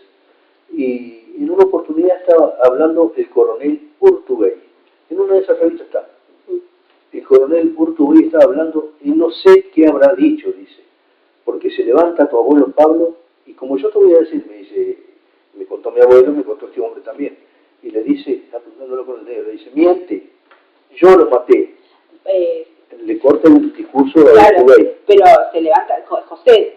Se levanta don San Camilo. San Camilo Gregorio, el cacique, se levanta del banco, se para y le dice, miente, no, mientes mierda. El título del libro se va a llamar Mientes mierda, que lo vamos a poner nosotros. Y San Camilo dice, mientes mierda, yo los maté. Le dice que se arma todo un revuelo así, viene la policía y se lo llevan preso. Y cuando se lo llevan preso, dice que San Camilo seguía despotricando y qué sé yo, y gritando y hablando, y qué sé yo, se lo llevaban a mierda. Y yo le preguntaba a mi abuelo, ¿qué decía? Mi abuelo me decía, mirá, lo que decía, que el día que él muera, o cualquiera de sus cuiviqueché, cualquiera de sus paisanos, que le rindan el mismo homenaje que les están haciendo a esos Huincas-Chehuá. Huincas-Chehuá quiere decir perro ladrón. La palabra Huinca es ofensiva. ¿Viste que te hablan siempre los Huincas? Claro. Ellos le ponían Huinca porque eran ladrón. Todo blanco que se animaban a hablar con un indio o a hablar de las tolderías porque les iba a robar algo, seguro. Huincas-Chehuá. A esos perros ladrones que le hagan el mismo homenaje a ellos. Que yo en 1900 y yo hace en el 2006 hice todo un proyecto, lo pasó al Consejo, del Consejo pasa a la municipalidad, al Ejecutivo y al Gobierno y fue aceptado. Así que trajimos lo poco que quedaba, que encontramos un caracú grande así, nada más en el cementerio cuando cavaron la fosa. ¿Por qué? Cuando cavaron la fosa de él donde estaba sepultado. Pero porque quedaba de lo natural, no es que sí, no, era de eso. Así que sí, y una urna, llevamos, volvimos una bandera Ranquel, lo velamos toda la noche en el salón municipal, y al otro día, el 19 de agosto, fue justo por el 19 de agosto, a las 10 de la mañana cruzamos la urna y la pusimos ahí abajo. Y esa fue por pedido de él. Yo fui muy criticado, dice, ¿cómo vas a poner ahí a 50 metros tener un milico y qué sé yo, la plata? Pero la gente habla, porque no saben, no tienen ni idea de la historia tampoco. Cada cual hace las cosas, una porque quiere, otra porque con un rumbo o con un... Pienso yo, nadie inventa nada, yo no inventé nada. Y está escrito porque después me llama, después que yo hago todo esto, me llama un hombre que tenía un negocio de artículos para el frente de la plaza, que también es escritor de acá de Vittorica, me escribía unos proyectitos. Vos sabés que esa historia yo la conocía muy bien, Luis dice, muy bien por haberlo hecho así. Dice, si a mí me han dicho y yo les he dicho, la gente no, tiene muchísima razón, si es por pedido de él. Así que, bueno. Ay, yo no quiero ser molesta. No, ¿sabes que me dio la duda? Porque como encontré un dato que yo no había, que Luisa ha estado con él todo el tiempo, desde Cochicó ha estado con él todo el tiempo. Entonces, sí. La pregunta es, ¿cómo se reencuentra él con Luisa? O sea, porque se separan ahí en Cochicó, cuando él va a Martín García, va sin ella, va con ella. Sí. Y después, ¿usted sabe dónde cómo? Y bueno, cuando estaban en Santa Ana también estaba con ella. Ah. Eran las mujeres y se pasa a Paraguay con él. Después que vuelve en Induntal, vuelve con ella. Vuelve y estuvo mucho tiempo en Córdoba. Creo que estuvo en Río Cuarto mucho tiempo él. Y ahí nace uno de los hijos también. Y nace, entonces sí que está bautizado ahí, capaz. No sé, yo tengo todo lo voy a buscar. Yo me voy a fijar porque yo... Mira, yo... Bueno, lo que encuentre que le voy pasando para... Porque usted no lo tiene para que lo tenga. Sí, no sé si encontraré mucho o poco. Voy a ir buscando. Sí, porque sabemos que hay mucho... En Río Cuarto hay mucho también en los partes de los franciscanos. Y mucha gente de acá, me decía un juez que hubo acá, de los primeros habitantes de Vittorica, que murieron, que los ganaron, todas unas historias raras, llevan todo su archivo para Río Cuarto, dice. Y esto, que lo bautiza Fray Donati, me dijo sí, cuando fue... En 1870, cuando fue con Mansilla, que Mansilla hizo... La famosa... sí, expulsión a los indios franquistas. Ahí entonces dentro de ese grupo de bautizados... Ahí se pasó la primera misa en La Pampa, que vas a ver si entras en Neuquén. Esa es la primera. Claro, la primera. Ya te digo, pero no, el lugar no es ese, ¿eh? Claro, es como una sí, pero sí en Neuquén. Sí en Neuquén. Bueno, creo que no se me ocurre más para preguntar. Estoy más que agradecida. Porque además siento que como todo el mundo viene y le pregunta las mismas cosas, siento como, me sentía pesada No, pesada, no, al contrario. Escuchame, yo tengo 75 años y a mí me hace bien todas estas cosas porque yo no me voy olvidando de nada, porque voy recordando todo, ¿viste? No se me pierde nada. Nada de historia. Bueno, otro día le voy a preguntar más sobre ustedes, porque también tiene una labor re grande esto de ser de los primeros maestros hablantes rancuche. Sí, acá en La Pampa sí, seguro. ¿Viste? Antes no había. Y ahora está todo, acá en La Pampa está desactivado un poco también lo de la educación intercultural, yo que a nivel nacional está todo... Sí, acá también, acá, ¿viste? Pero las escuelas igual acá en Vittorica generalmente trabajan mucho. Yo, por ejemplo, fui a Neuquén la semana pasada, de cuarto grado donde se estudia la historia de La Pampa. Fueron dos trafis y yo voy a darle la charla allá. Y porque tiene el mapuche y el mapudungún, sí, que seguramente pronuncio mal, y el rancuche tienen como un montón de palabras re similares y como son de un mismo grupo, ¿no? Pehuenches, rancuches, mapuches, bien decir. No, nosotros nos llamamos malísimamente con los mapuches. El mapuche, para nosotros, y es así, es chileno, es de ascendencia chilena. Entraron siempre traicionando, siempre robando, siempre con doble intención entraron a la Argentina. Primeramente venían a robar la hacienda que ellos tenían. Pero antes de que fuera Argentina, como... Sí. Entraban, cruzaban la porque eso sucede también con mala intención después para deslegitimar a todas. Claro, no. Nosotros hemos tenido muchos problemas con los mapuches. Nosotros una vuelta vamos, nos invita, cuando estuvo muy poco Dualde de presidente, nos invita a la Quinta Olivo. Fuimos, de acá fuimos yo, Germán Canoy de Santa Rosa, el cacique Campú, que es de Arbosolo, y nadie más, nosotros tres. Germán Canoy es de los primeros que empieza sí, él fue el que sí, a armar la personería. Sí, pero él igual no hablaba, él era indio y sabía mucho y no hablaba ranquel, nada, ¿viste? Pero quería que se surgiera eso porque estaban los mapuches y los mapuches no tienen nada que ver acá. Nosotros somos preexistentes en estas tierras. Claro, sí. Preexistentes somos acá. Y bueno, y fuimos a hablar con Dualde y bueno, tuvimos la Quinta de Olivo, me acuerdo, hermoso, todo eso. Y dice Dualde, al otro día a las 8 de la mañana vamos a reunirnos en el salón y eran 200 comunidades de distintas partes del país. Dice, yo quiero que se vayan identificando acá mi secretario, no importa en lo que tardemos, dice. ¿En qué año, perdón, en qué año me dijo? Cuando estaba Dualde, no me acuerdo qué año. ¿Te acuerdas? 2004, no, 2003 entró Néstor, 2002, 2000, tiene que haber sido, después del 2001 ahí, 2002, 2003. Sí, ¿quién estaba primero? Fue cuando ocurrieron los de la Rúa. Claro, sí, porque quedó entre el 2001 y el 2003 que después, que inclusive estuvo, antes que Dualde estuvo el Adolfo. Claro, sí. Que tuvo una semana, también después salió Adolfo y quedó Dualde. No sabía que Dualde se había reunido con las comunidades. Un año estuvo. Tiene una presidencia, sí, tiene una presidencia como que no quedó ahí invisibilizada como en el entremedio, pero como que mucho. Sí, invitó 200 caciques de distintas etnias.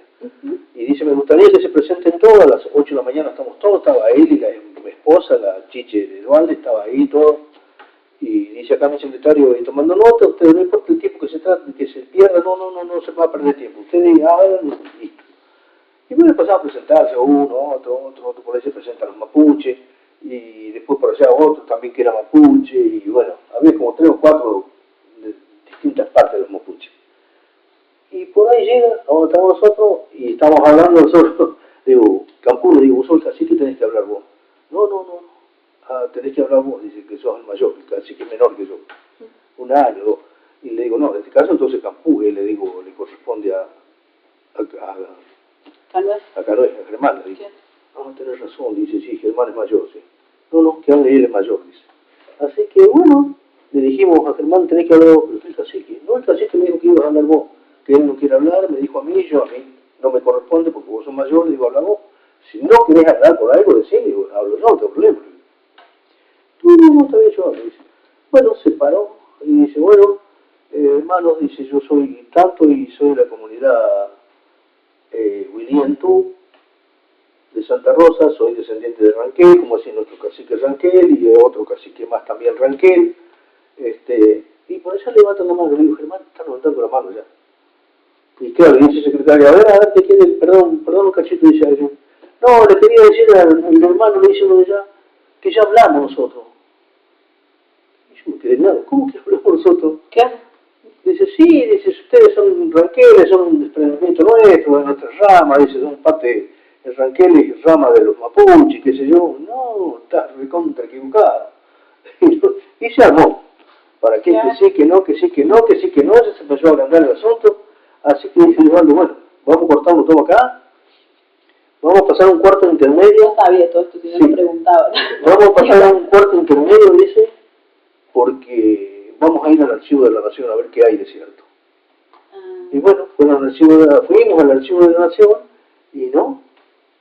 Existentes en nuestra tierra, ranqueles, pehuenches que estábamos cerquita, que eran del sur de acá de Mendoza. Sí, de Mendoza. Sí, y espérate que era otra etnia. Tehuelche y Grandíes, que andaban como de paso por acá, sí. Pero el nativo de acá del centro era el rancuche. Pero con Saigüey que tenían buena, él era mapuche, tenían buena relación. Sí, pero ¿por qué no entró? Él venía disparando, no sé cómo era el tema de Saigüey. Claro, y quedó ahí como en su territorio. Sí, estuvo en la tontería acá de Bucoro, me acuerdo que entraron en ese de Carripinún debe haber estado. Porque Carripinún estuvo mucho en Mendoza también, pero era campeano. Claro. Sí, y era muy buen cacique, muy político era él. Sí. Uno de los grandes caciques, Carripinún y Panquirrú. Los dos más importantes que tuvo. Eso es lo que abuela, la mamá de José Gregorio, sí, era Rosas. Carmen Painé, sí. Ah, Carmen Painé. Sí, hija hermana de Mariano Rosas. Ah, pero no era Carmen Rosas, porque no. la encontré nombrada como Carmen Rosas. Y yo dije, no, porque Mariano tenía el nombre no me acuerdo Rosas. del sobrenombre, le decían Chisita, no me acuerdo cómo le decían a la Carmeneta, algo así era. Carmen Painé. Claro, porque la encontré nombrada como Carmen Rosas y yo dije... No, el único que no era Mariano porque Mariano estuvo preso, claro, no preso, secuestrado, claro. de 9 años lo secuestraron y se lo llevaron a... Y lo secuestró un ranquel, Jean Guelén. Porque hubo... Por eso que te digo, la historia es para... Sí. Para lo que sé, Jean Guelén vivía acá en Nabucco, tenía su toldería, cada familia tenía su toldería y cada familia eran como 20, 30 cada uno, por eso había muchos toldos. No vivían todos, vivían cerca, a una distancia de 100 metros, 200, 50, así. Claro, que de hecho Valverde tiene su propia toldería cuando se acompaña. Sí.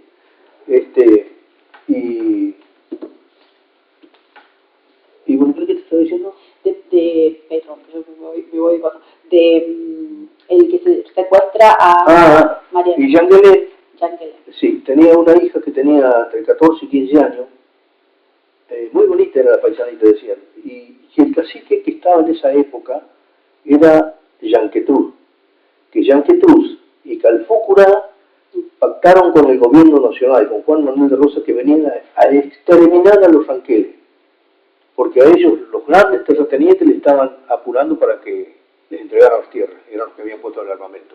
Entonces vino Calfúcura, que se quedó en Salina Grande, que entró por el sur, entra por Mendoza, Yanquetú, y se viene con 400 lanzas, se viene a Lebucó. Ya estaba Carú Arné, porque ya había muerto Carripinú. Y Carú Arné negoció era otro cacique. Bien. El que le suplantó a Carripinú. Carú Arné quiere decir máscara verde. Carripinú quiere decir oreja verde. Carrí es verde, Pilún es oreja. ¿Y el otro cómo se escribiría? Porque capaz que lo he escuchado escrito y lo he pronunciado mal. Carré. Sí, ¿y cómo se escribe? Arné. Se escribe Carrí, que es verde, máscara verde. Carré. Se escribe Carrí Arné.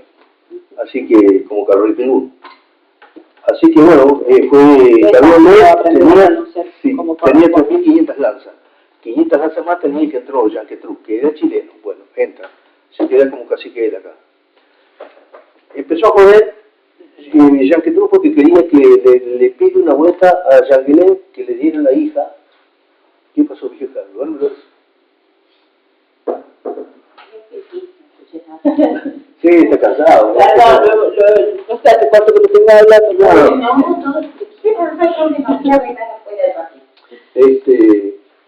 Bueno, Carlos tenía Jean Guelén tenía una hija que era linda. Y Yanquetruz se enamoró. Ya tenía 70 años, 60 y pico largos. Entre 68 y 70 años tenía ya Yanquetruz, ¿no? Y se enamoró de esa nena. Y se enamoró y se la pide para esposa. Y le dice Jean Guelén que no, porque ella cuando nació la nena, nació por la zona de Tandil, de Azul, en la provincia de Buenos Aires. Y a unos borobana, él era amigo de un cacique borobana, y se la había prometido porque justo en esos días nació uno y era varón. Y los padres eran muy amigos. Y se prometieron los hijos, mi hija se va a casar con tu hijo y así. Claro. Y bueno, yo estaba prometida y la palabra era sagrada.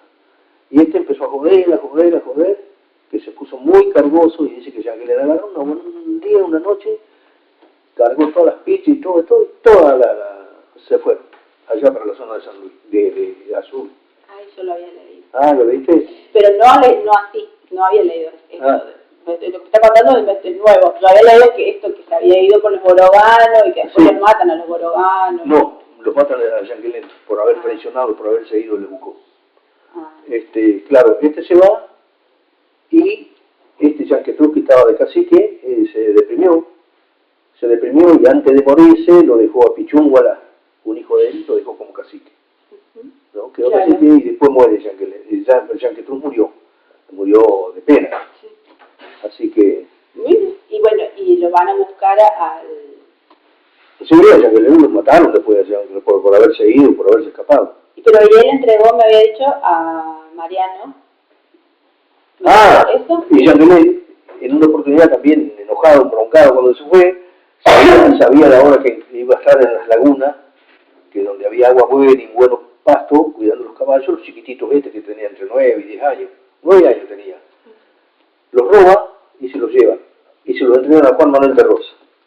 Y Juan Manuel de Rosa, por ser hijo, le dijeron, este es hijo de Painé. Por ser hijo del cacique Painé, tuvo sus privilegios y lo dejó en la estancia El Pino. Ahí se crió, ahí se crió, y al tiempo él lo bautizó, le puso de nombre Mariano y apellido Rosa. Claro. Muy conocido como Mariano Rosa. Y se escapa con Mariano. Sí, a los 16 años se escapó.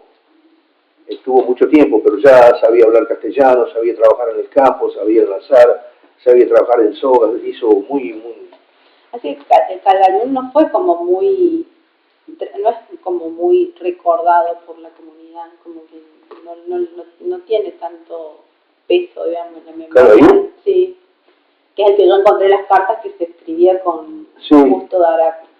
Bueno, y Calvañón estaba... Calvañón, Epumer. Después que murió en Painé fue el que siguió fue Calvañón. Calvañón, sí. Cuando él vuelve, Mariano, el padre vivía. El padre vivía. Después sigue Calvañón y después de Calvañón sigue Mariano. Y después sigue Epumer. Bueno, cuando él vuelve, le pide al padre que ni muerto se lo dejara llevar más de ahí, de su terruño. Que si él se retiraba mucho de la tontería que le mandaron siempre con 5 o 6 conas que lo cuidaran a él. Y que le dijeran que lo hicieran volver, que no andara, porque él no quería estar más preso. Él le contaba, y dice, ni muerto me dejé sacar de acá, de este lugar. Por eso nosotros después hicimos todo un proyecto, lo trajimos en 2001, nos costó como 20 años, sí. 16 años costó. En esa época no había celular, computador, no había nada, así que bueno, y cuando se escapa, se viene y es lo que le pide al padre, eso, y al tiempo muere Painé, después queda como casi Calvañón también era medio, sí. Y bueno, andaba recorriendo un buen día y cazando, que era lo único que se hacía en esa época, se cazaba para comer y traía comida para las tolderías, para la gente y todo, y andaba como un 30 lanceros, y cerca de Guatraché, Guatraché no. ¿Cómo es que se llama un pueblito cerca de Pico, que es parte de Lebucó también? Bueno, ahí en ese pueblo hay unos ventanales bárbaros, y por esos lados venía Mitre, el teniente general Mitre, que en Salinas Grandes le pregunta a Trenel, el pueblito, ahí de los Médanos. Bueno, le pregunta a Calfucurá era temible, Calfucurá era bravísimo, y le pregunta cómo había para llegar a Lebucó. Y el otro le explicó, le dijo, andate por acá, tenés agua, tenés pastos dulces y tenés todas esas cosas, y bueno, y ahí viene cuando muere Calvañón. Sí. Encuentra como unas cosas que habían dejado, una pólvora, unas puntas de unos cajones, que se llama martillar y explotar. Sí. Igualmente lo voy a dejar. La historia de la Pampa, la historia de los ranqueles. Pero me gusta por ahí el dedo yo libro que me dan unas amarguras yo solo, porque yo digo, ¿cómo pueden inventar tantas pavadas? Claro, bueno, yo lo que le decía eso de que San Luis, como no hay gente que sea formado como historiador, pero también como que por ahí quienes han escrito han tenido como esta mirada más... Sí, porque por ejemplo, ya te digo, escribió Francini, escribió unos libros, 1, 2, después otro más. Valenzuela, los que son de Villa Mercedes, de Darac, es Francini ese. Que trabaja en la facultad de Villa Mercedes. Y ella escribió un libro que no me gustó, cambió muchas cosas. Teresita Bachel también escribió 2 libros y cambió muchísimas cosas. Mirá, semanas enteras también estar acá en Vitorica. Claro. Y venir a hablar conmigo. Sí, viene a hablar conmigo. Así que... No, bueno, no quiero como caer caer en eso, así que espero no decepcionar después cuando usted le escribe que esta chica me hizo perder tiempo y se Bueno. Bueno, pero vos te quedé con nada, preguntá ahora, ¿te puedes preguntar? Yo creo que ya le he preguntado un montón y aparte ya está más o menos lo que quería saber. A mí no me jode absolutamente para nada. Bueno, me queda la duda de, bueno, ¿qué pasó esto entre el 76 y entre el 78 y el 82, después que sobrevive Pozo del Cuadril, cómo se escapa de ahí y cómo no se vuelve a su toldería, cómo se vuelve a juntar con su gente. Pues cuando le hacen la emboscada, me pongo y saco la cámara. Me pongo, me saco. Cuando le hacen la emboscada, sí. Pelean, hay un enfrentamiento, pero ellos tratan de defenderse un poco, pero la emboscada estaba, tiros de todos lados recibían, lo hirieron a San Camilo. Sí. Y estuvo casi, no sé si cerca de un año, me parece, internado en la sala de primer auxilio ahí en Villa Mercedes, que es en este momento la comisaría vieja. Yo estuve ahí se han filmado películas y todo, en esa comisaría que está frente a una plaza, en una esquina, en Villa Mercedes. Era como una sala de primeros auxilios. Sí, era como sala de primeros auxilios, sí. Así que ahí estuvo internado Camilo. El resto, creo que uno o dos alcanzaron a disparar. El resto los mataron y el que no, los tomaron todos prisioneros que quedaron en un campo de concentración. A las 6 de la tarde, cuando Rudecindo Roca le preguntan qué hacemos con esa gente, y Rudecindo Roca les dice, bueno, nada, pasaron a matar, dice. Lo fusilaron. Bueno, que ahí viene la confusión, no sé si lo fusilaron o lo degollaron. Sí. Porque este señor la cuenta de otra forma, no sé de dónde lo habrá sacado, ¿viste? Yo tenía como que los habían fusilado. Mi abuelo me contó que los habían fusilado. Y que más es como que la primera vez que se prueban los Remington. Claro. Como que yo también había... Así que, bueno, y Jean Camille ya está internado, la gente se lo fusilaron y listo. Y cuando sale de ahí, Jean Camille que lo larga, se viene a Lebucó. Ah, pero él no se escapa, No, del pozo de ese... del hospital queda libre. Queda libre, ya estaba, le dieron de alta y bueno, estaba bajo las órdenes de Rudecindo. Y dice, yo me vuelvo a mi tierra, ¿querés que te mande custodia? No, yo voy solo, se vino solo, de Villa Mercedes a Lebucó. En Lebucó no encuentra a nadie, no hay nadie. Se va a Mitre, un paraje que hay. En Mitre estaba Epumer. Claro. Ahí estaba Epumer. Que le contaron todo lo que había pasado, y qué sé yo, que él se tuvo que venir porque están llegando los soldados ahí y ellos tenían poquitas lanzas. Pero igual ellos sembraban acá en Lebucó. Tenía que venir a levantar la cosecha, le dijo Epumer. Y dice, yo me voy más allá, dice, porque me voy a encontrar con mi familia, yo voy a agarrar a mi familia y voy a seguir para adelante, dice. Me voy para Puelén, vamos a tratar de pasar por el lado del Río Negro, voy a tratar de cruzar el río. Y dice, no, yo me voy a quedar acá, le dice Epumer. Bueno, Epumer en una oportunidad de eso, en ese interín, viene a levantar la cosecha que sembraban maíz, zapallo, melones. Bueno, venía a levantar la cosecha y se llegan los milicos juntos con un canon a todo. Y se los llevaron a Epumer con toda la gente que tenía ahí. Claro. Epumer lo llevaron a una estancia en Bragado, provincia de Buenos Aires. Y que ahí muere, en la estancia esa. Se dice que los restos de él están en el cementerio de Bragado. ¿Con otro nombre, saben? ¿O con... No, debe estar con ese mismo nombre, pero vos sabés que han ido gente, yo no he ido nunca, a averiguar, qué sé yo, dónde está, y no han encontrado nada. Así que ese desapareció. Pero decían que es en Bragado porque él trabajaba en una estancia, a lo mejor lo han enterrado en la estancia nomás. Claro. Porque antes hacían así. Bueno, eso, tenía la duda como si era verdad esta versión de que se había escapado en un caballo.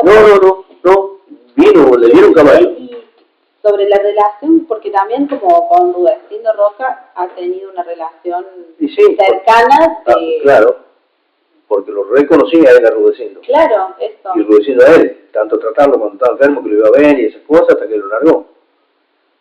¿Y estaba todavía Rudecindo cuando a él lo indultan? ¿Habrá intervenido? Me queda como esa duda. Y es capaz que sí, que haya estado ahí en como es. Sería esperar que tuvieran algún gesto de humanidad también, y no sé si Ahí en Santana debe haber estado... Sí, los Roca habrán tenido esos gestos, ¿no? Nosotros, ahora este año no, pero yo pegamos todos los 12 de octubre, el 11, iba y pagaba unos carteles. Julio Asesino Rock. Sí. Bueno, ahora en la actividad pasamos el documental de Osvaldo Bayer, vio que fue como el impulsor de sacar el nombre de Roca de todos lados. Sí, de todos lados. Y... Qué bien jugado, sí. Yo hablé mucho con Bayer. Sí. De hecho iba a venir Bayer acá, porque yo, primeramente para hacer un proyecto acá en la municipalidad, porque las calles tienen número acá, no tienen nombre.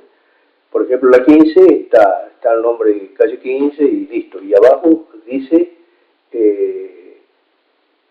Mariquechú, que quiere decir 15, en Ranquel. Todas las calles. Es el número traducido. Sí, el 15, pero está abajo el nombre Ranquel, que la gente no sabe, y el número está en Ranquel. Esos proyectos me dieron bolilla, bueno, lo puse. Después, el proyecto de la municipalidad acá de traer los restos de San Camilo a la plaza, también. Después, ese otro proyecto, la plaza se llama Héroes de Cochico. Sí, ese es terrible. El proyecto que yo paso ahí en 2013, que lo pasamos con mi hijo, el Nehuente, que está viviendo acá, que le saquen el nombre, para que le saquen, lo pasé al consejo, para que le saquen el nombre Héroes. Que le deje Plaza Cochicó o Plaza 19 de agosto, el nombre que se les ocurra, pero menos Héroes, porque ahí no hubo ni vencedores ni vencidos. Se armó un revuelo acá en Vitorica, se armó un revuelo. Vino gente de Santa Rosa, vinieron los escritores de acá de Vitorica, hay varios acá. Sí. Dice, todos pedían un plebiscito para ver si le sacamos la palabra héroe, nos juntamos, bueno, y ahí se habló mucha historia. Por ejemplo, hay un gran escritor de acá de Vitorica, que es Luis Roldán, que está viviendo en Santa Rosa, que dice, bueno, mire, estaba yo en Sereno, otro pibe que era cacique, que falleció para la pandemia. Sí, he escuchado el nombre. Sí, bueno, ahí la peleamos, estamos los dos. Y la peleamos, y les hablamos de historia, cómo era, porque la Vitorica nace, Vitorica, este pueblo es el primer pueblo de La Pampa. Claro. Vitorica, y nace a través de que Lebucó estaba acá, yendo por las rastrilladas, que es del pisadero donde estaba el Fortín Resina, hay unos escasos 7 u 8 kilómetros. Yendo por acá, dando toda la vuelta, tienen 20 kilómetros, porque tienen asfalto y tienen una legua por adentro. Claro. ¿Viste? Pero por las rastrilladas tenés 7 u 8 kilómetros. Por eso se hizo el Fortín acá, para custodiar los ranqueles, que eran los más rebeldes que quedaban en La Pampa. Claro. ¿No? Y así que bueno, el proyecto se hizo a morir, querían nada, qué plebiscito. Si ustedes cuando pusieron el nombre a Vitorica... Hicieron tipo audiencia pública, ¿sí? Hicieron tipo audiencia pública. Sí. En el salón municipal, en el salón.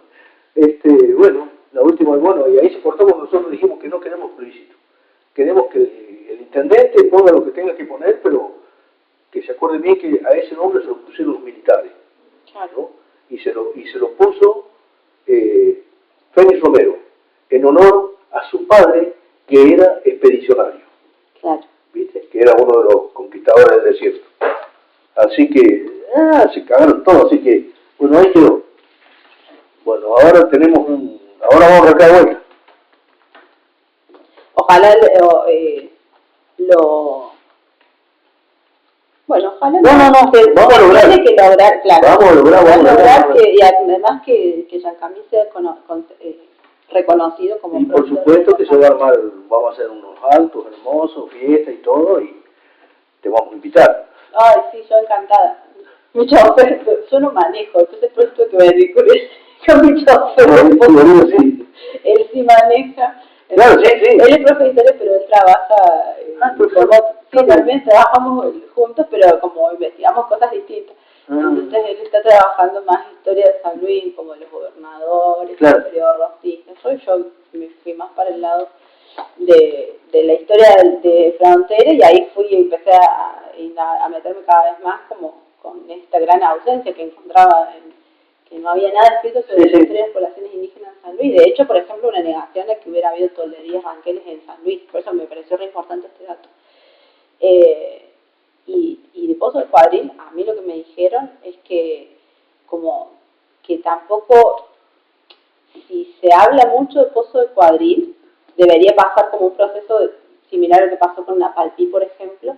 ¿Con cuál? Con la matanza de Napalpí. Ah. Tuvo un juicio de lesa humanidad. Sí, y bueno, sí, Pozo del Cuadril sería peor porque además el Estado tendría que reconocer que incumplió un tratado de paz firmado hacía meses. Claro. Entonces como que debería no solamente tener medidas de reparación, sino que además debería haber como medidas económicas. Y por eso también puede tener que ver eso, me dijeron, con un chico que es abogado de derechos humanos, puede tener que ver eso con que no se le dé tanta visibilidad a Pozo del Cuadril para...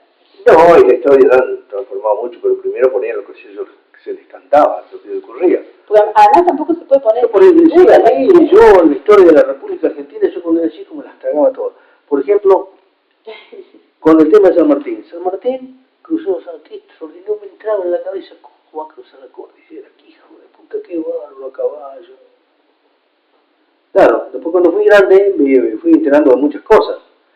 Y acá San Martín cruza la cordillera, lo cruzaron pehuenches y ranqueles, disfrazados de granadero. Ya habían ido antes que San Martín 500.000 veces ellos al recuperar la hacienda que les robaban los mapuches, y de paso robaban un poquito más extra y les estaban yendo y viniendo, yendo y viniendo. Claro. Entonces, ¿quién conocía las rastrelladas? Y eso lo saqué de un documento que me lo dio, no me acuerdo, de San Luis. Sí. Me lo dio uno también que era profesor de historia. No se me voy a acordar, los señores que trabajaban en la ciudad de San Luis, en una escuela que no era una escuelita albergue, pero era un pueblo chico que trabajaba ella. Y me le encantaba la historia. Ella ha venido acá, venía a hablar conmigo, yo iba a la casa a hablar con ella.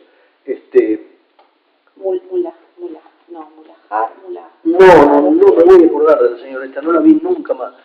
Y ella me dio todos estos escritos de cómo cruzó San Martín. Sí, iba con toda la gente que iba, sí. Bueno, igual también San Luis tiene como...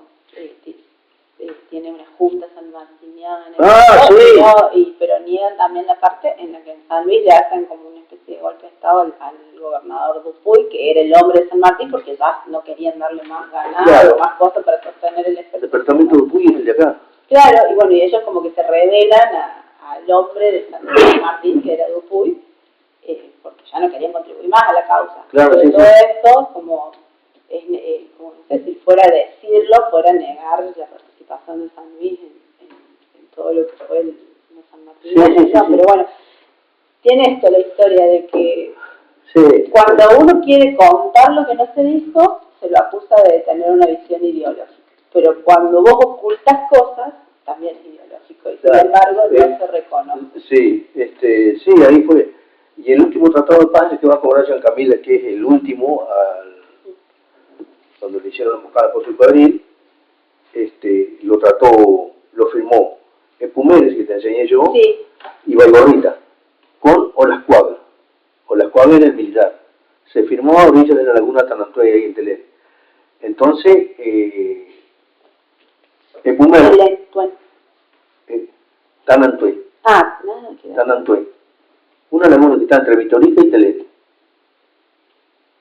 Que era como de paso, había algunas tolderías, pero era como una laguna de paso, como una rastrillada había ahí. Entonces vaya Camil y cada que iban a cobrar un tratado de paz, como de joda, llevaba a toda la familia. Y ahí, bueno, cuando le hicieron la emboscada, ahí se firmó con Olascuaga el último tratado de paz, que fue a cobrar a Jean Camil. Y ahí ya estaban discutiendo la ley para avanzar sobre el territorio indígena. Bueno, ahora tengo que ponerme a transcribir y ordenar. Hacer el trabajo. Vamos a tener ahora una jornada de historia en noviembre, en el Instituto de Formación Docente, que es la primera que vamos a organizar entre los profes que llegan a andar en noviembre por San Luis. Y bueno, y ahí quería como contar un poco, como difundir un poco. La mayoría de la gente, cuando yo lo menciono, no lo conoce, entonces a mí me gustaría como que allá en San Luis, cuando digamos el nombre, se sepa quién es, y cuando digamos Pozo del Cuadril, se sepa qué pasó. y bueno, la idea es presentar como algún trabajito sobre esto. Y después tengo que rendir una materia de un seminario de frontera, que también quiero como escribir algo sobre esto, y después estoy trabajando para el doctorado con este tema. Así que, bueno, la idea es seguir cada vez metiéndome un poquito más. ¿Tu título cuál es? Soy profe de historia. Ah, profesor de historia. Y va a estudiar el doctorado. El doctorado en ciencias sociales, porque está en San Luis. El de historia está en Córdoba, sí. está en... El mío Lautaro que está allá también quiere hacer el doctorado, pero está en Mendoza, no está en San Luis. Claro, el de historia no está en San Luis. Sí. Yo dije, bueno, hago de ciencias sociales, pues eso también me permite como trabajar con historia oral, con cuestiones más de la antropología, como meterme más con otras ramas. Entonces, bueno, puedo... Y además porque es como lo más económico, lo tengo ahí, lo voy a sí. Pero, bueno, así que bueno, eso es un poco para contar, que le voy a seguir, bueno, y mandarle, si usted quiere, para leer las cosas que vaya escribiendo. Sí.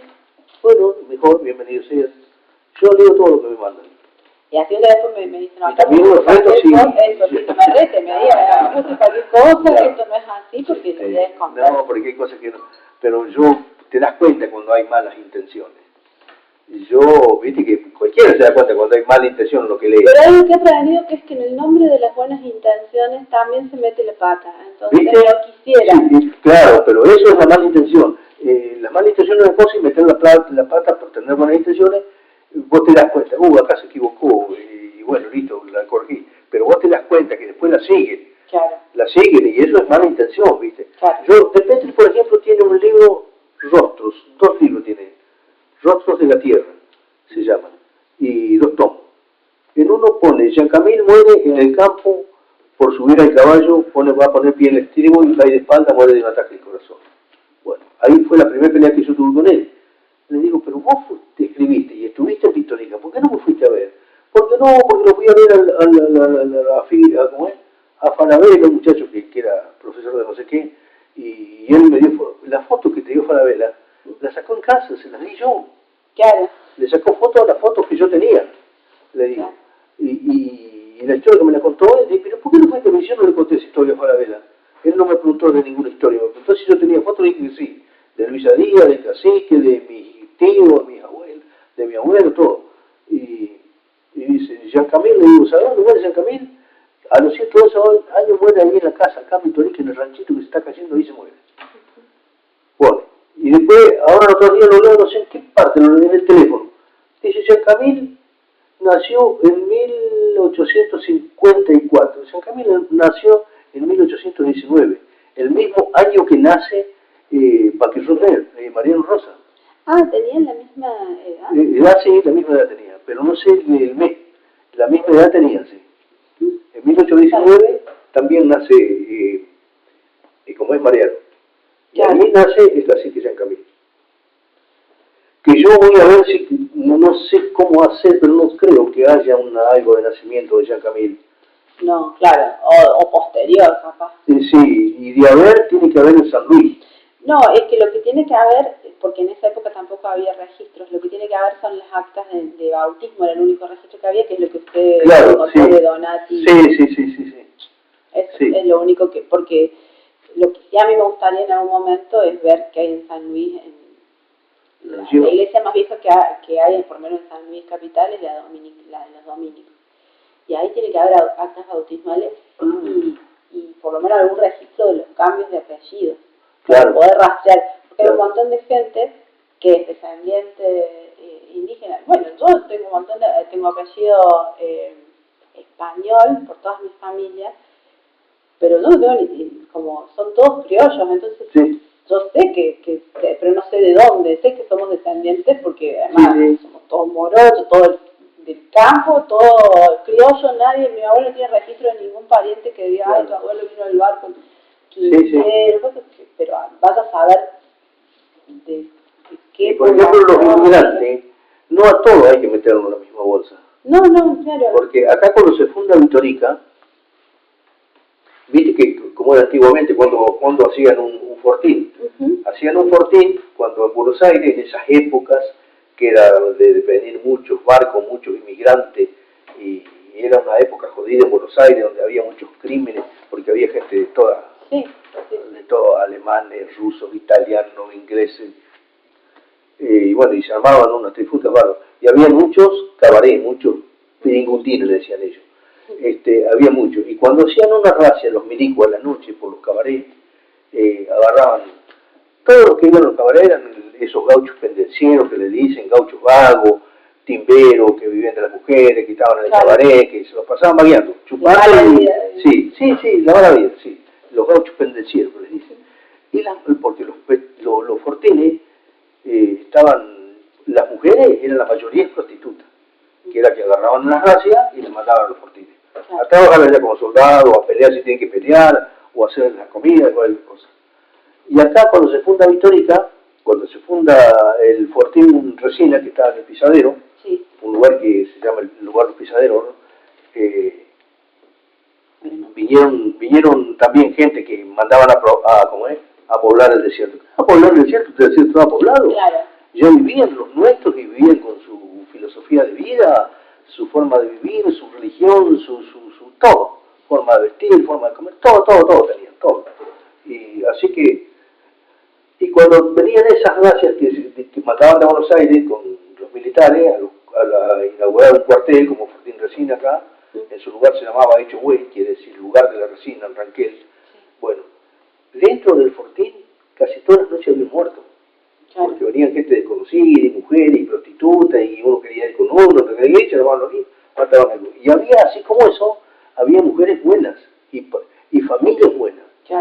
Entonces le pidieron al capo de acá, del Fortín de acá, que no sé quién era, yo lo tenía escrito, pero no me acuerdo, en el libro de Centenario de Vitórica lo tengo, bueno, de esa gente, esa familia, unas 7 u 8 familias buenas que vinieron, le pidieron al dueño de ahí del Fortín, al que estaba a cargo, de que ellos querían ir del Fortín, y él les dijo, bueno, miren, y le explicaron por qué, porque mucha muerte, gente mal educada, gente que nosotros vivimos con ganas de trabajar, nosotros vivimos con ganas de hacer lo nuestro acá, que no hay nada, y qué sé yo, bueno.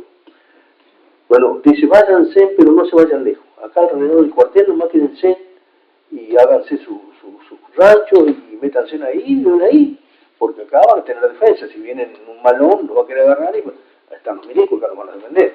Así que... Así se fue poblar. Así sí, y se empezó a armar ranchito, gente se los fortines, ellos mandaron a traer otros parientes y venían y se iban, y así se formó Vitórica. En la entrevista que le hace Lorenzo Jarrín, a mí también dice algo así como el miente, me hizo acordar del mientes mierda, ¿cómo mienten? Sí, ¿cómo miente, señor? Le dijo. Algo así. Me da permiso de usarlo como... Sí, porque es parecido al que usted, el mientes mierda, pero es otra, voy a usar otra parte, digamos, para el nombre del articulito que escriba sobre, el artículo que escribe sobre él, bueno. Me deja usarlo, pero no el mientes mierda, no. Sí, ese lo va a poner nosotros al libro. Claro, por eso. Lo eligió mi... Pero que no te por las dudas si el de bueno, el libro del libro de Buenos Aires se va a llamar Miente Mierda. Sí. Estaría bien, lo digo porque... Bueno, y está escrito en los libros de la Pampa. Por eso le pregunto, pero sin compromiso, si me deja poner cómo miente, eso de Jarrín. Sí, para que cuando te lo vea nadie a ver, se me copió. No te hagas ningún problema. Vos ponele o consultame cualquier cosita, vos no te hagas. Porque bueno, yo creo que ahí tengo un montón para hacer tareas. Mira, nosotros somos, yo al menos, he tratado, pero con tantísima gente, no te das ni idea con la gente que yo he tratado sobre este tema. Y son muy, pero muy poquito la gente que a mí me ha caído en gracia y que yo digo, esta va a poner alguna macana. Y me he enterado después, he agarrado libros que me han mandado, he leído por ahí en otros lados cosas que han puesto que son mentiras, que son inventos. Claro, no. Pero vos te das cuenta. La persona buena es conocida en el tranco. Así decimos nosotros. Eso es mi nona. Eso es mi nona. La buena se conoce por el hasta por el. Sí, hasta cuando lo ves tranquilo te das cuenta. Bueno, entonces, muchísimas gracias.